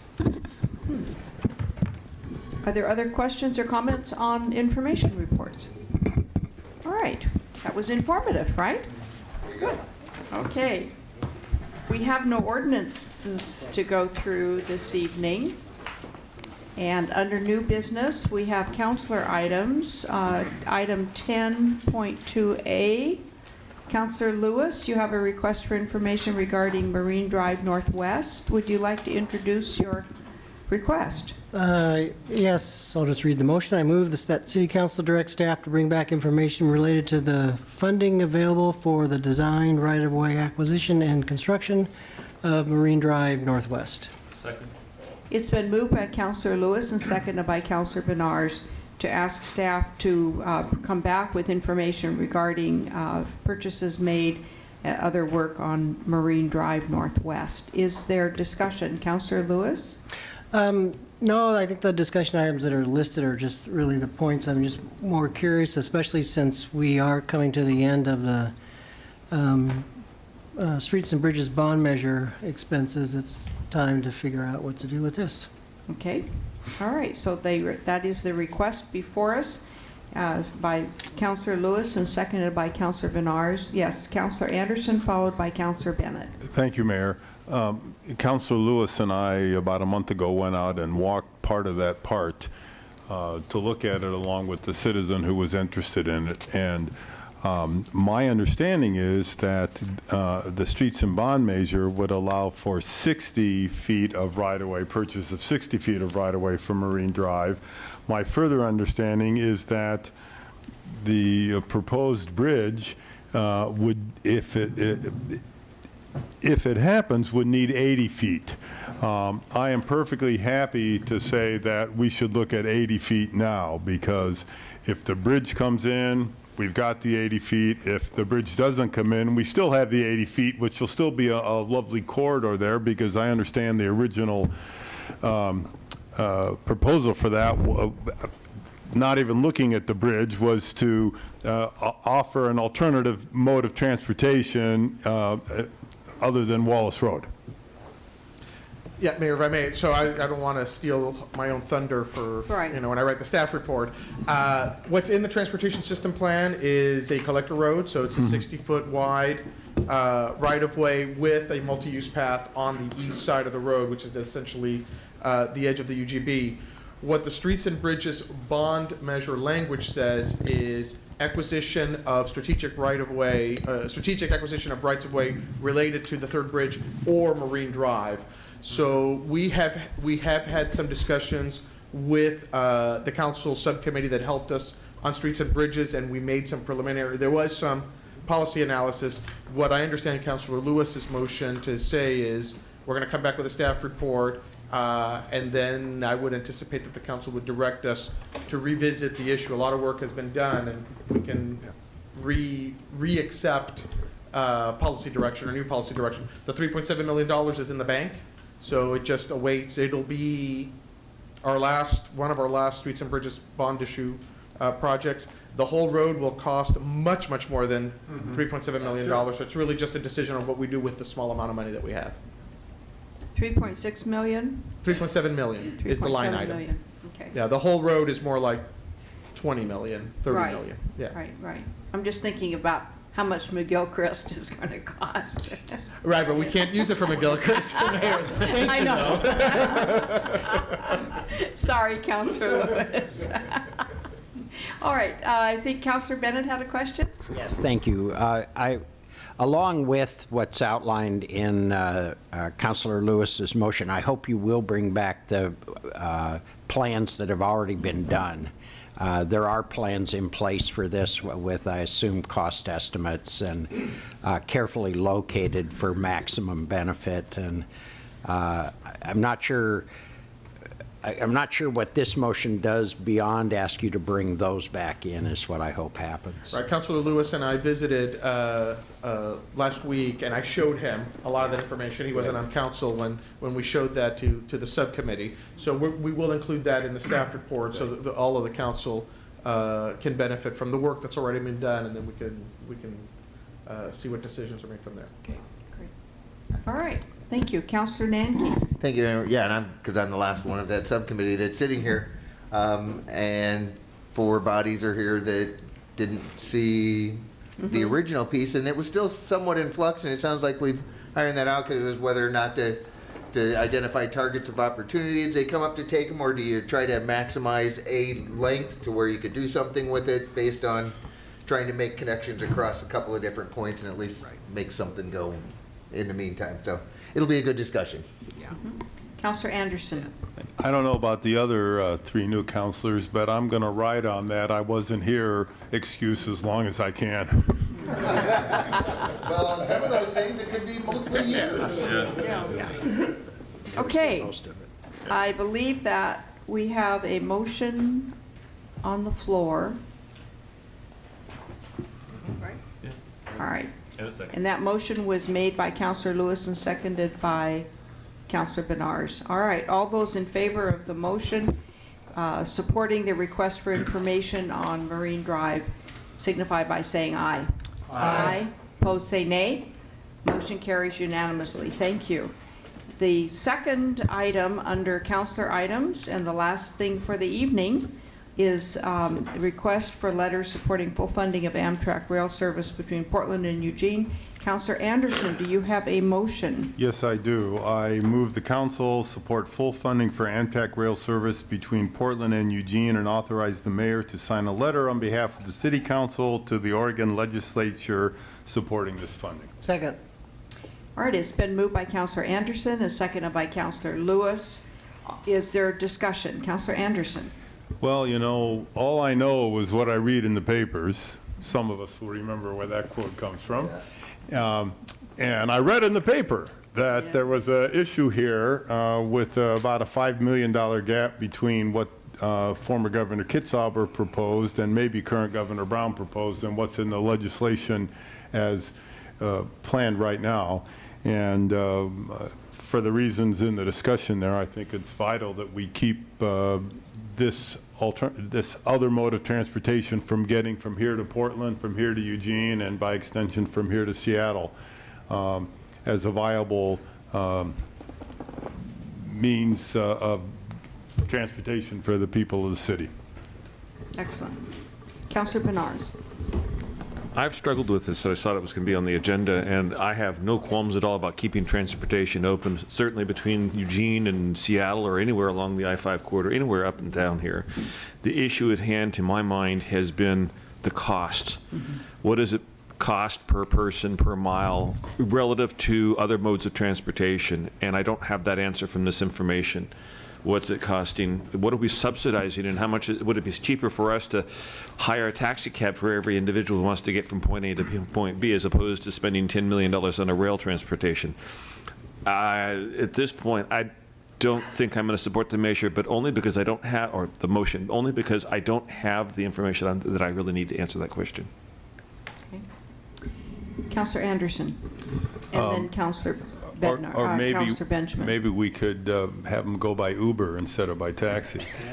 But, you know, all forms of transportation in the United States are subsidized, and some of them are much more heavily subsidized than others. And when you look at the infrastructure for railroads, when you look at the infrastructure for airports, when you look at the infrastructure for automobiles, there's a huge amount of subsidized money that's spent there, and so I don't think you can separate out and say, gee, we shouldn't subsidize this when we subsidize something else to probably greater extent. But that's a item of discussion for another time that's beyond the scope of what the city council does. This is just our small attempt to do something about the transportation situation. Let's see, Counselor Benjamin. It seems to me this is one of those opportunities for ODOT to do a study and get the word out that you can travel on a train, for-profit business, that could conceivably operate in the black if they had more riders. Just a point of information, I was asked earlier this month to provide a letter to the mayor of, I believe it was Oregon City. Yes, I'm seeing heads nod. And that was on a very short time frame because he was collecting letters of support for this very thing so that it could be presented in hearing at the legislature. And I did do that, provided that letter of support. And so I'm very happy to be supporting this motion, because I think that by having a unified council, or as many of us who care to support this motion, it makes an even stronger message to the legislature that we here in Salem, sort of right in the middle of the Eugene to Portland line, value this service and want to promote it. All right, so there's a question on the floor made by Counselor Anderson, seconded by Counselor Lewis. Yes, Counselor Nanke? And then Counselor Dickey had her hand up too. Oh, did you? All right, thank you. I'll support this. I would support it much more wholeheartedly if, in fact, 75% of the time that I've attempted to use the service, it's been multiple hours in arrears, or you ride a bus for 3/4 of your route as well. So just to throw that out there, maybe they could study that piece on how to get the bus there on time, or the train. Councillor Benars? Councilor Dickey first. Councillor Dickey. Yes, thank you. I will be supporting the motion. I understand that what we have now is not what I know a lot of us would like it to be. It's not adequate, but we are a capital city and we are right on the I-5 corridor, and it would be a shame for us to lose what little rail transportation that we have for passengers, especially given the area where we're located. So I hope the legislature listens, and I hope they're receptive and understands what this really means to our communities. Absolutely. I do take the train when I go to Seattle, and actually you can go all the way from Salem to Seattle without changing trains, and when you return, you do have to, for some reason, on Sunday night, come back from Portland to Salem in a bus. Otherwise, it's train all the way, and I've never understood what that little leg is, but hey, it's better than trying to drive that route, you know, alone. So, all right. The motion on the floor, Councillor Benars. So after all that I said, I'm still human, and I listen to other people in this room, and some people presume we've made up our minds, period, and we're done, and that's it. I realize that it's the legislature that's going to make the ultimate decision on this, not us at all. It's same thing goes with the locks that are up in Oregon City, and it's not us that's going to make that decision. We're just asking for a recommendation. I hope that people who have access to information such as the cost per ride, the cost per mile, is it reasonable? Those things is going to have to be answered by somebody else other than me. I, too, as I said, I do support the mode of transportation. There's no two ways about it. My family uses it. I've used it. So I guess I'm going to change my ways about this and support the motion. All right, Councillor Benjamin. Perhaps we can leverage this to our advantage in regards to agritourism and stuff. If at some point in the future, as we're looking to bring more events and get people to come to Salem, a good option for people from Portland, Seattle, and Eugene would be that rail traffic, because you can get your bike, your suitcases, and stuff like that. That'd be interesting to see that get kind of massaged into a whole industry. Absolutely. Great idea. All right, the question on the floor. All those in favor of the motion, please signify by saying aye. Aye. Aye. Opposed, say nay. Motion carries unanimously. Thank you. There's no further business, and we are adjourned. Yay! And if I may make a comment, as I just turned my